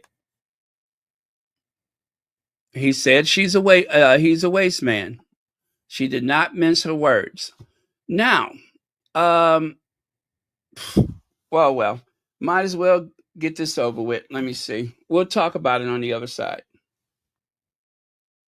On a state visit, because that's taken a year to do what he's supporting. Alongside his work with veterans, which does have to be applauded, and for all his work with the Invictus Games, do you think he was also trying to make a point about security, as you say, by being in a war zone? Or do you think, as some of the papers are suggesting, it might have been political messaging to Donald Trump to show support for Ukraine and Zelensky in this way? Well, I'm sure it won't go down well with some in the Trump camp that he's gone there. And yes, I'm sure it's a show of support for Ukraine and the work they're doing there. So that may make things a bit more uncomfortable for him back in the US when he gets back. But there again, you know, the King and other members of the royal family here in the UK have continued to profess their support for Ukraine's cause against Russian aggression. And I think it's what he needs to do to be seen as relevant, because if he doesn't do the Invictus Games and things like that, the only other thing he's got is a walk-on part in one of Meghan's podcasts or, you know, sort of documentaries, or else going to the High Court. So I think he kind of needs this thing. The only thing that surprises me is the timing, because it occurred on the third day of the state visit to Italy. And there's a golden rule with the royals that you don't do anything high profile. You don't go on tour when one of the other, particularly the King, is abroad on a state visit, because that's taken a year to plan, and you mustn't do anything to overshadow that. So he would be aware of that. Meanwhile, Prince William sort of overshadowed it a little bit in France, didn't he? Well, with the football, you mean?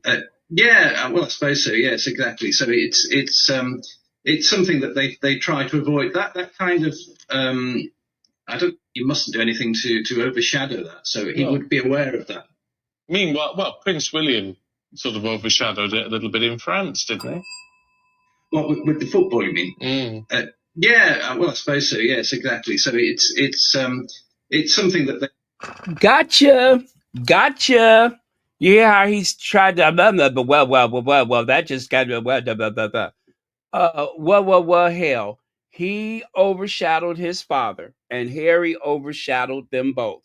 Shadow that, so he would be aware of that. Meanwhile, Prince William sort of overshadowed it a little bit in France, didn't he? Wow. Football, you mean?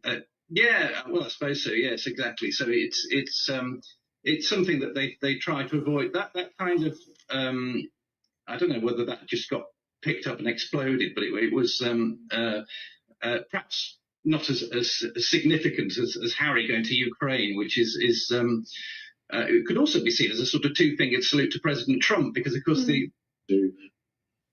Don't you love how they're trying to get Trump to say something about his visit to Ukraine?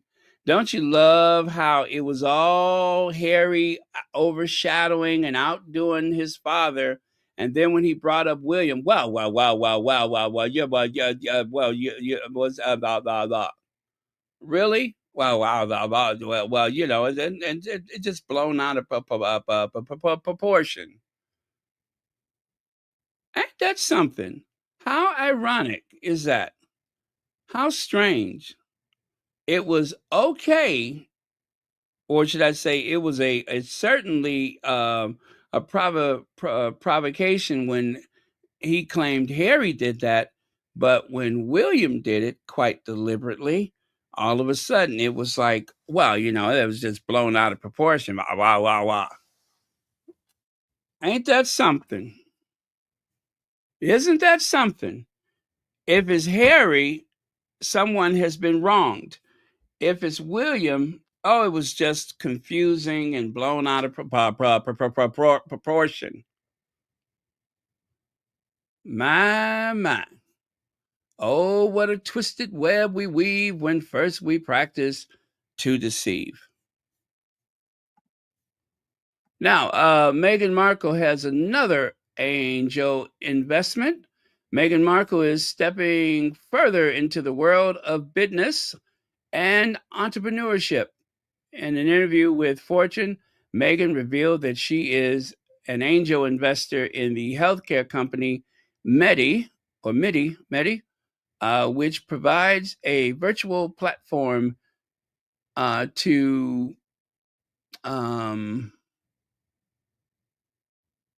what is that? An interview? Well, you know what? I think that skips.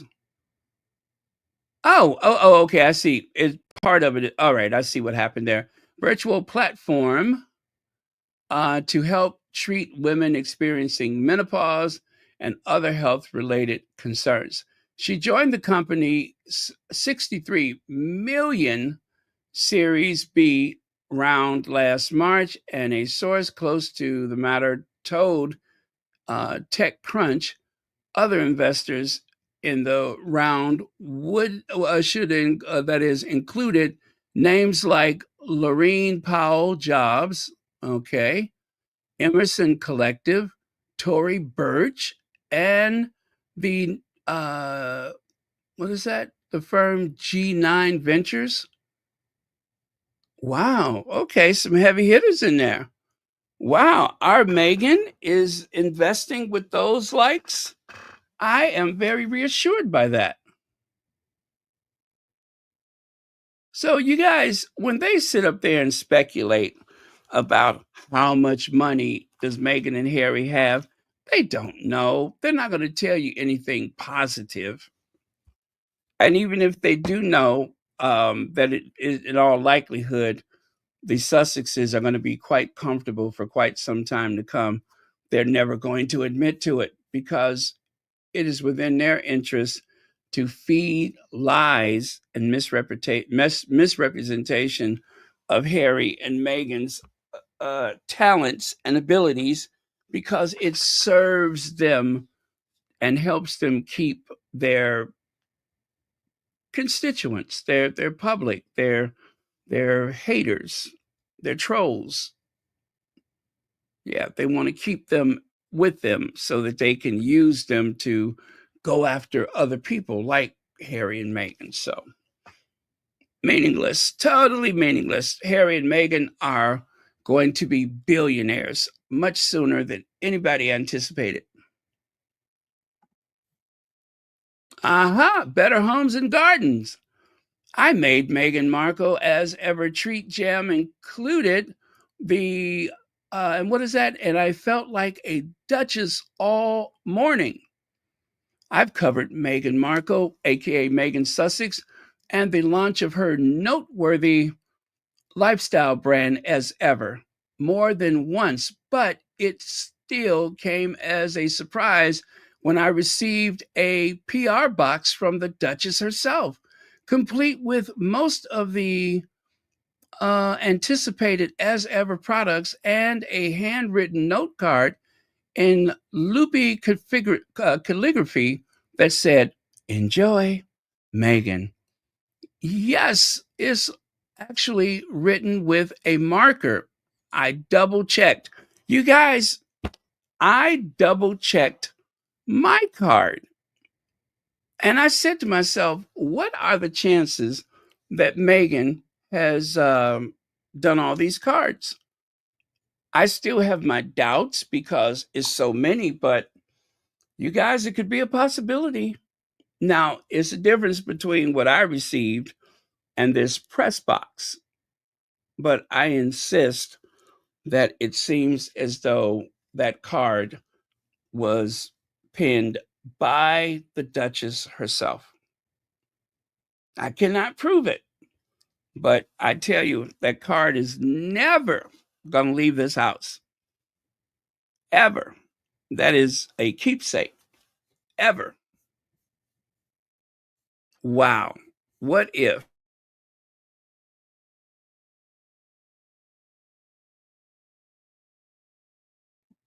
Yep. What if?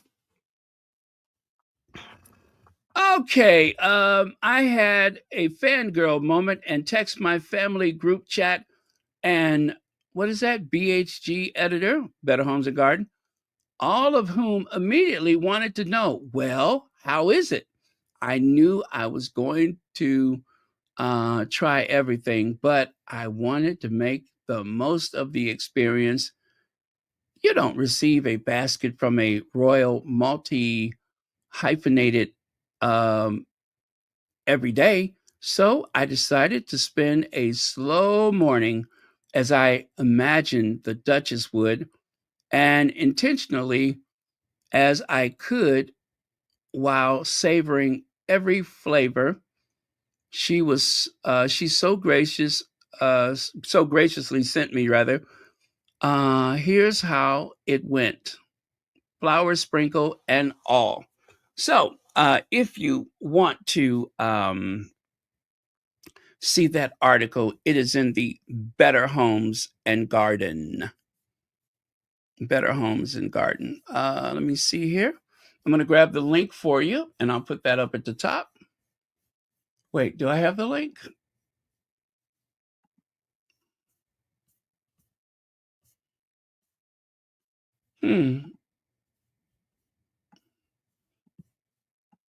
Oh, sorry. I think I got rid of it. I had too much stuff open. So, anyway, it is the Better Homes and Garden. The name of the article is I Made Meghan Markle's As Ever Treats. So, if you want to see it, that's where you'll find it. Better Home and Garden. Sorry about that. I think I deleted the article. Now, here's what was included in the gift box. The let me see, what's her name? Lauren, is that Tommen? Tommen? I can't hardly see that. But anyway, she styled everything in her kitchen. So there's the tea. Those are the cookies she made. Look at that. She included the sprinkles and she also added raspberry spread. Oh, I bet those were delicious. Now, see, I wasn't sure if we were supposed to use the raspberry on the cookies. Since I don't have any, that should be easy because I don't have any yet. But maybe I'll just wait until I get the raspberry to do it.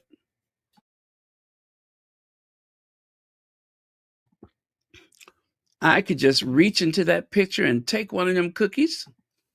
I still have the card they sent me from when the congratulation card went. Oh, really? Wow. That is awesome. Thank you for sharing that. And of course, the sprinkles, the flower sprinkles, the edible flower sprinkle. as ever. Using Meghan's calligraphy for this for these products is a stroke of genius. I love it. I absolutely love it. And of course, there is Meghan's. She did that yesterday. Yeah, she put that on Instagram yesterday, and it says, "Oh wait, where is that at? Oh, there it is. Okay, what does it say? Oh no, that's the wrong day. Okay, let me get organized here. I don't know what I did. Oh, there it is right there.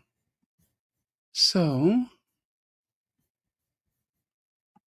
aha. Okay, so it says in very small print, so grateful for the love and support. Keep listening to Confessions of a Female Founder anywhere you get your podcasts. Yes, Duchess Meghan, that's exactly what I intend to do. I'm going to keep listening.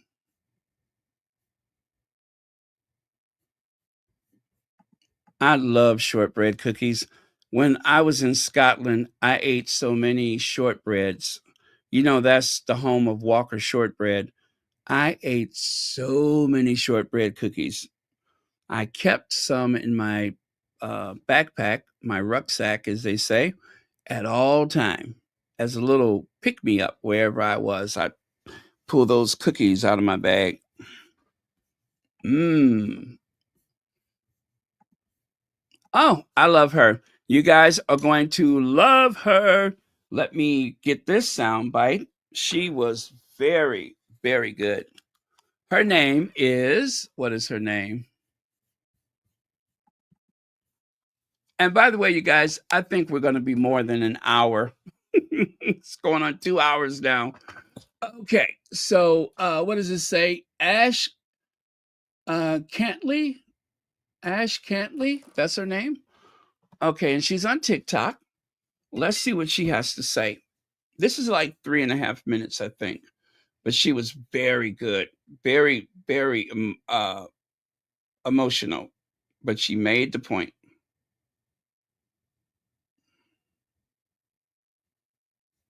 Okay, Ash. All right. People don't like Meghan Markle because she's black. And I'm going to prove it to you. I actually have proof. First of all, she has a smash success with her As Ever products. The New York Times, I think, opinion page did a blind tasting. They had 5 or so people blindfolded, some British people, and they had different plates with different toast with jam, and Meghan's is a raspberry spread. I think that's what she's calling it. And everyone picked the As Ever spread. Okay? That is solid proof that people like her spread. And it's priced well. It's sold out. I'm on the waiting list. I just can't even believe I didn't get my own. It's a huge hit. Who cares about the little bumps along the way? That's part of growing a business. It happens all the time. She has a smash hit and nobody's reporting on it. And then she has this podcast, another smash hit in the top 10. So good. Now here's the proof. Everyone hates Meghan because she's not relatable. She's living this crazy life that no one could relate to. It's not authentic. It's too rich. I came across a creator today who just put it so perfectly. Siren of Stout. I'm going to tag her. And she said, how is everyone obsessed with Becca Bloom and thinks this uber wealthy woman is so relatable? She's showing her Van Cleef every day, different Van Cleefs. Yes, she's got a great personality. I actually love Becca Bloom, so this is nothing about Becca.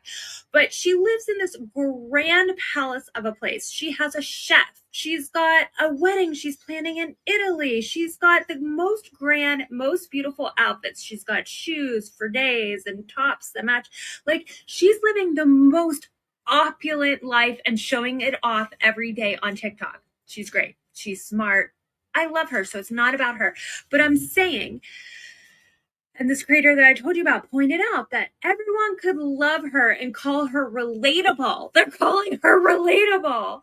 And Meghan Markle, who is this hardworking woman, American woman who worked her way up from the bottom to the top, snagged a prince, is a mom, leads a regular, for the most part, mom life, and they're calling Meghan unrelatable. It just proves it's because she's Black and Becca Bloom is Asian. And Bethany Frankel even did a video where she called Becca Bloom like crazy rich Asian. Like, people just love that concept, crazy rich Asian. It's acceptable if an Asian woman is wealthy. It's part of the cultural norm even. But with Meghan Markle, who grew up, middle class or lower to middle class, to a single mom, Black woman, people don't want to see her succeed, and they call her unrelatable. She's the most relatable person if you compare her to Becca Bloom. Anyway, go check out the original creator's video on it. What do you think? I think I love you, and that was sensational. Like I said, she's very passionate about how she feels about our Duchess, and she understands exactly the game that is going on with the Royal Rota, the Derangers, the MAGA, and the Brexit people. She understands. So thank you, Ash. That was very, very well put. And thank you for taking the time. And of course, we want to say thank you with a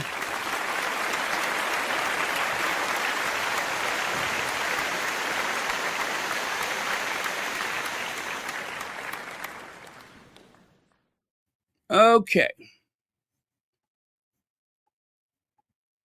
I'm almost done, you guys. I just want to send out this warning. When your cougar got high blood pressure, but she's still trying to look sexy, this can happen to you. So if you are a sexy cougar, be careful.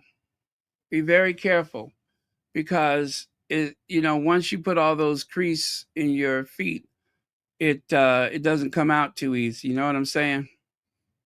So stop trying to be cute. Stop trying to be cute. And then a closing remark right here. Winners are not those who never fail, but those who never quit. So remember, winners are not those who never fail, but those who never quit. So be the winner that you are. Thank you all very much. Thank you, moderators, for supporting this work by keeping this the safe space that it is. I thank you, and so does the rest of the Sussex squad, the Royal Sussex viewers. And yeah, so we're done. We're done. I'm going to stick around for some final remarks if anybody has anything they want to add. I do have one photo of Meghan that I did not share yesterday while she was at the event. Let me see if I can grab that for you. Let's go back up to the top. But thank you so much. I am done. You can stick around if you like. We're just going to have a little small talk here. But that was it for all the slides. Okay, let me see if I can find that image.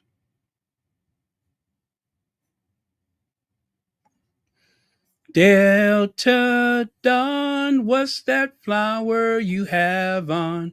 Could it be a faded rose from days gone by? So I don't know who this guy is, but says here, thank you for coming and sharing your kind words. Who is this guy? I don't know who he is. Let me see if I can find that particular account on Instagram, and then maybe I'll see it there. But otherwise, I don't know who he is, but he is in that big group shot that they had.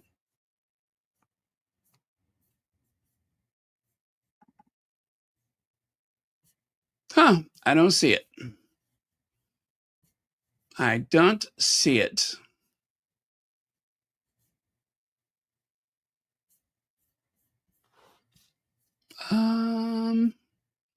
I don't know who he is.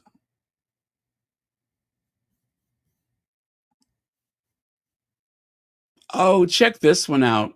I didn't share this one either, but it looks so similar to everything else. It's not the biggest deal in the world, but I'll show you. I will show you.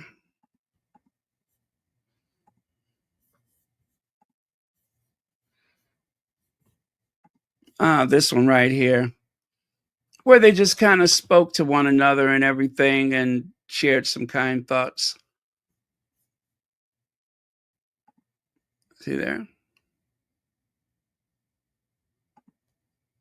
Very, very nice.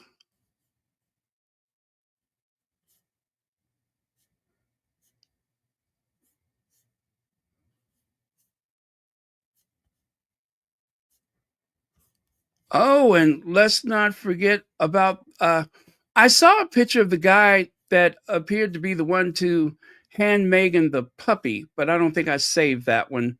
But yes, with everything else that was going on, someone handed our Duchess a puppy yesterday. Remember that one? Look at there. What a sweet moment that was. It was every possible ingredient that was needed to make this a great visit. Everything was there. Everything and everybody, should I say.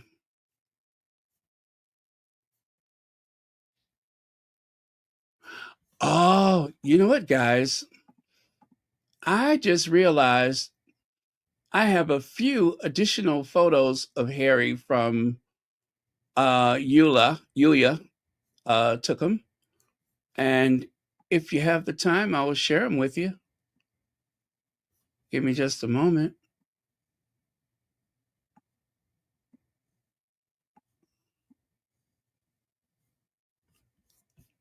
Oh no, that looks like hell. Not that one. Let me see here. Aha, that one right there. Yeah, give me just a moment. I will share them with you.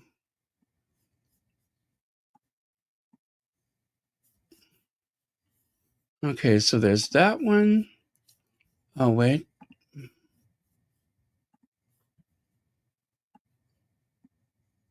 Okay. So I think it's 4 of them. Not super important, but you know how we feel about the Duke of Sussex.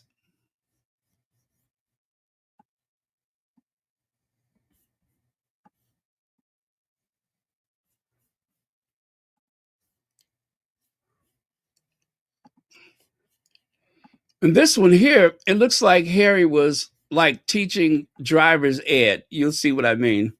It almost seems like Harry was teaching driver's ed. I think Harry would have been a great school teacher.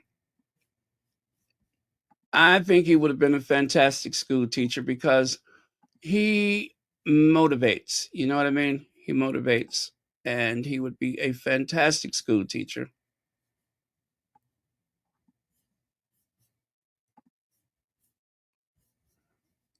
Okay, give me a second. I'm just trying to clean these up so that they'll look proper. You know how fussy I am about details. I just want these to look proper.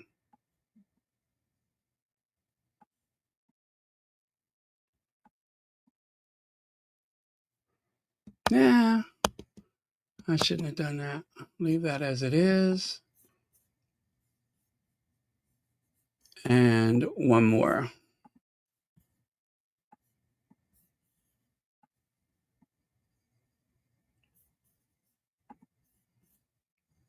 Okay, so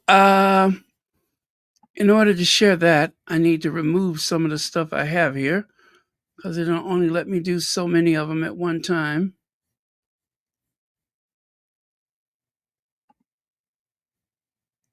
So remove, remove, remove, remove, remove, gone. All right. So coming up.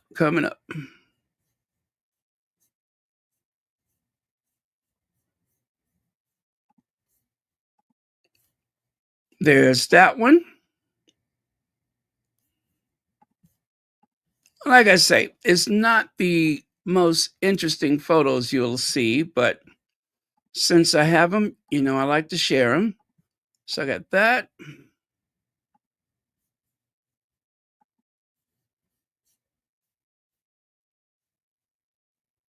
And this one. I tell you, the way he's hanging around that microphone, he's been hanging around Michael Bublé too much. If I didn't know better, I would think he was singing. Let me see.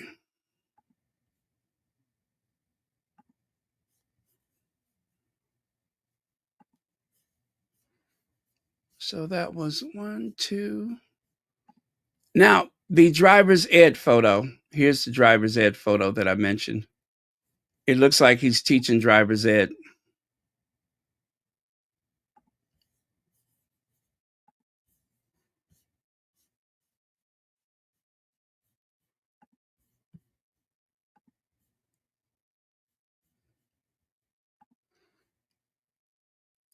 I love her photos. Yulia took these photos, and I think she did a really good job. Really captured the moment.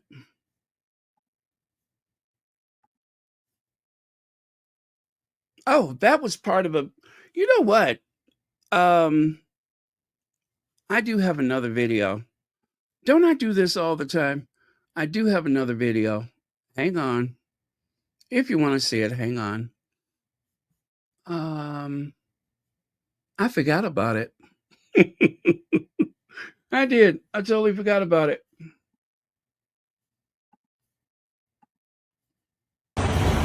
Welcome to Ukraine. It's my first visit to Ukraine, and it certainly won't be the last. And it was an absolute honor and a privilege to be able to travel here with the Invictus delegation and to come here to the Superhuman Center and see what an absolutely mind-blowing care and rehabilitation that is provided here under this purpose-built roof. It's astonishing. And to see the surgeons right inside the eardrum trying to help, well, as many people as possible. And I've seen a lot of different centers, but they're having a purpose-built center where everything is under one roof and where individuals are going through surgery and then in the same building they're being fitted with prosthetics and then they are sent home, even though most of them don't want to go home, they want to stay here, and I understand why. I've been to many rehabilitation centers, but there is no rehabilitation center in the world that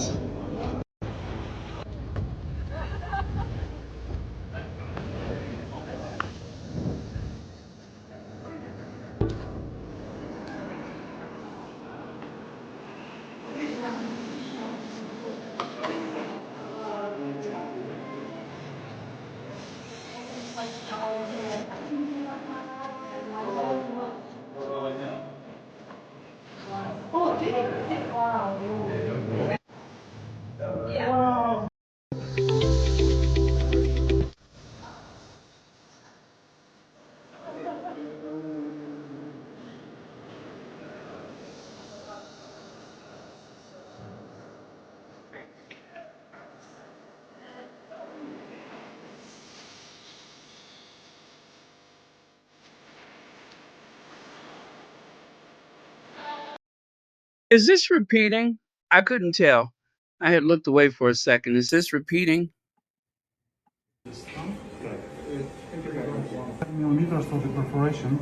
It's a big perforation. How long does it take to be able to heal and be able to do it again? Start to heal after you remove the bandage, and that will be like in 8 or 9 days.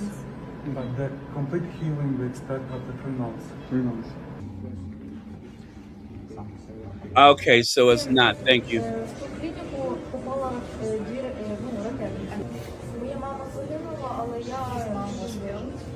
Було тяжко діставатися, але після того мені ставало з кожним разом легше.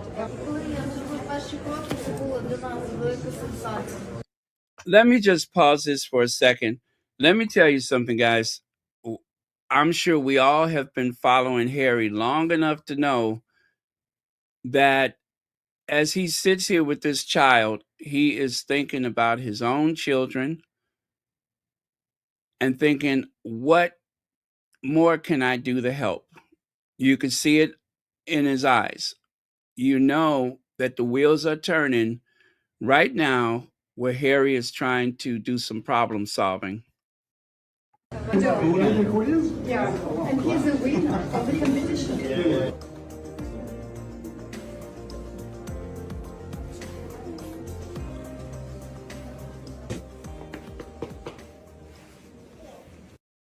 Nice to meet you, Eddie. Eddie Bush.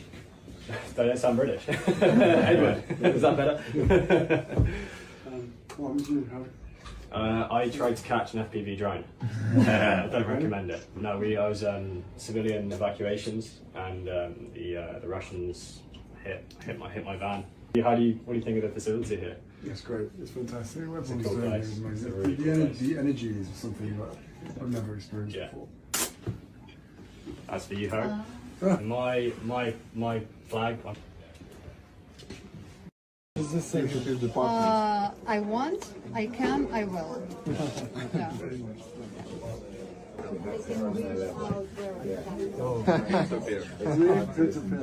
The cool office. Happy to share that. Absolutely. So this is Ukrainian embroidery. That's right. Love and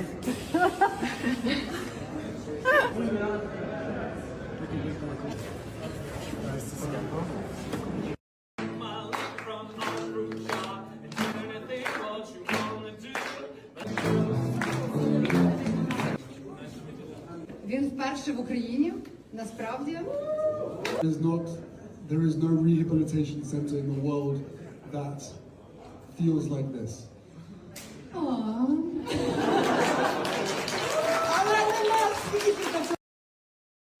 Okay, you guys, I just noticed that Facts and 2 Cents just popped up on my phone.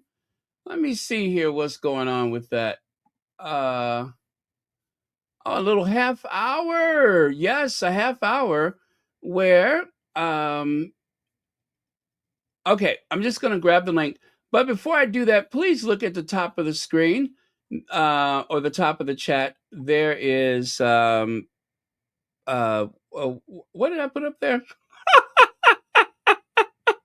The People's Duchess. So make sure you go and like, share, and subscribe to the People's Duchess.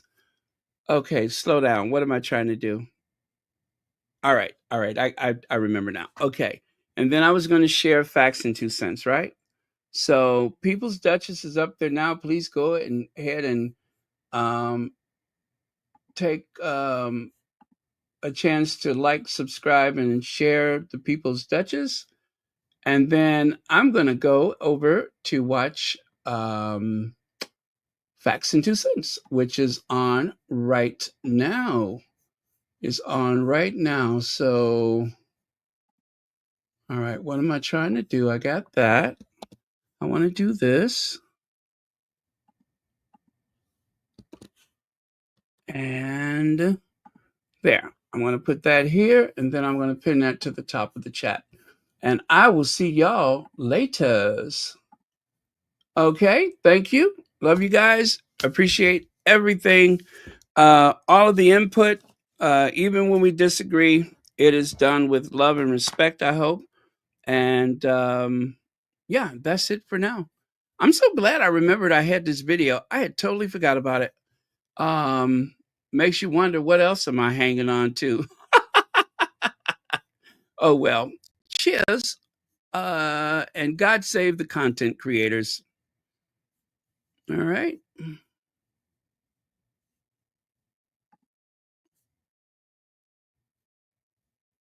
there. I'll leave that there, and we will close it out. See you all over at Pedos.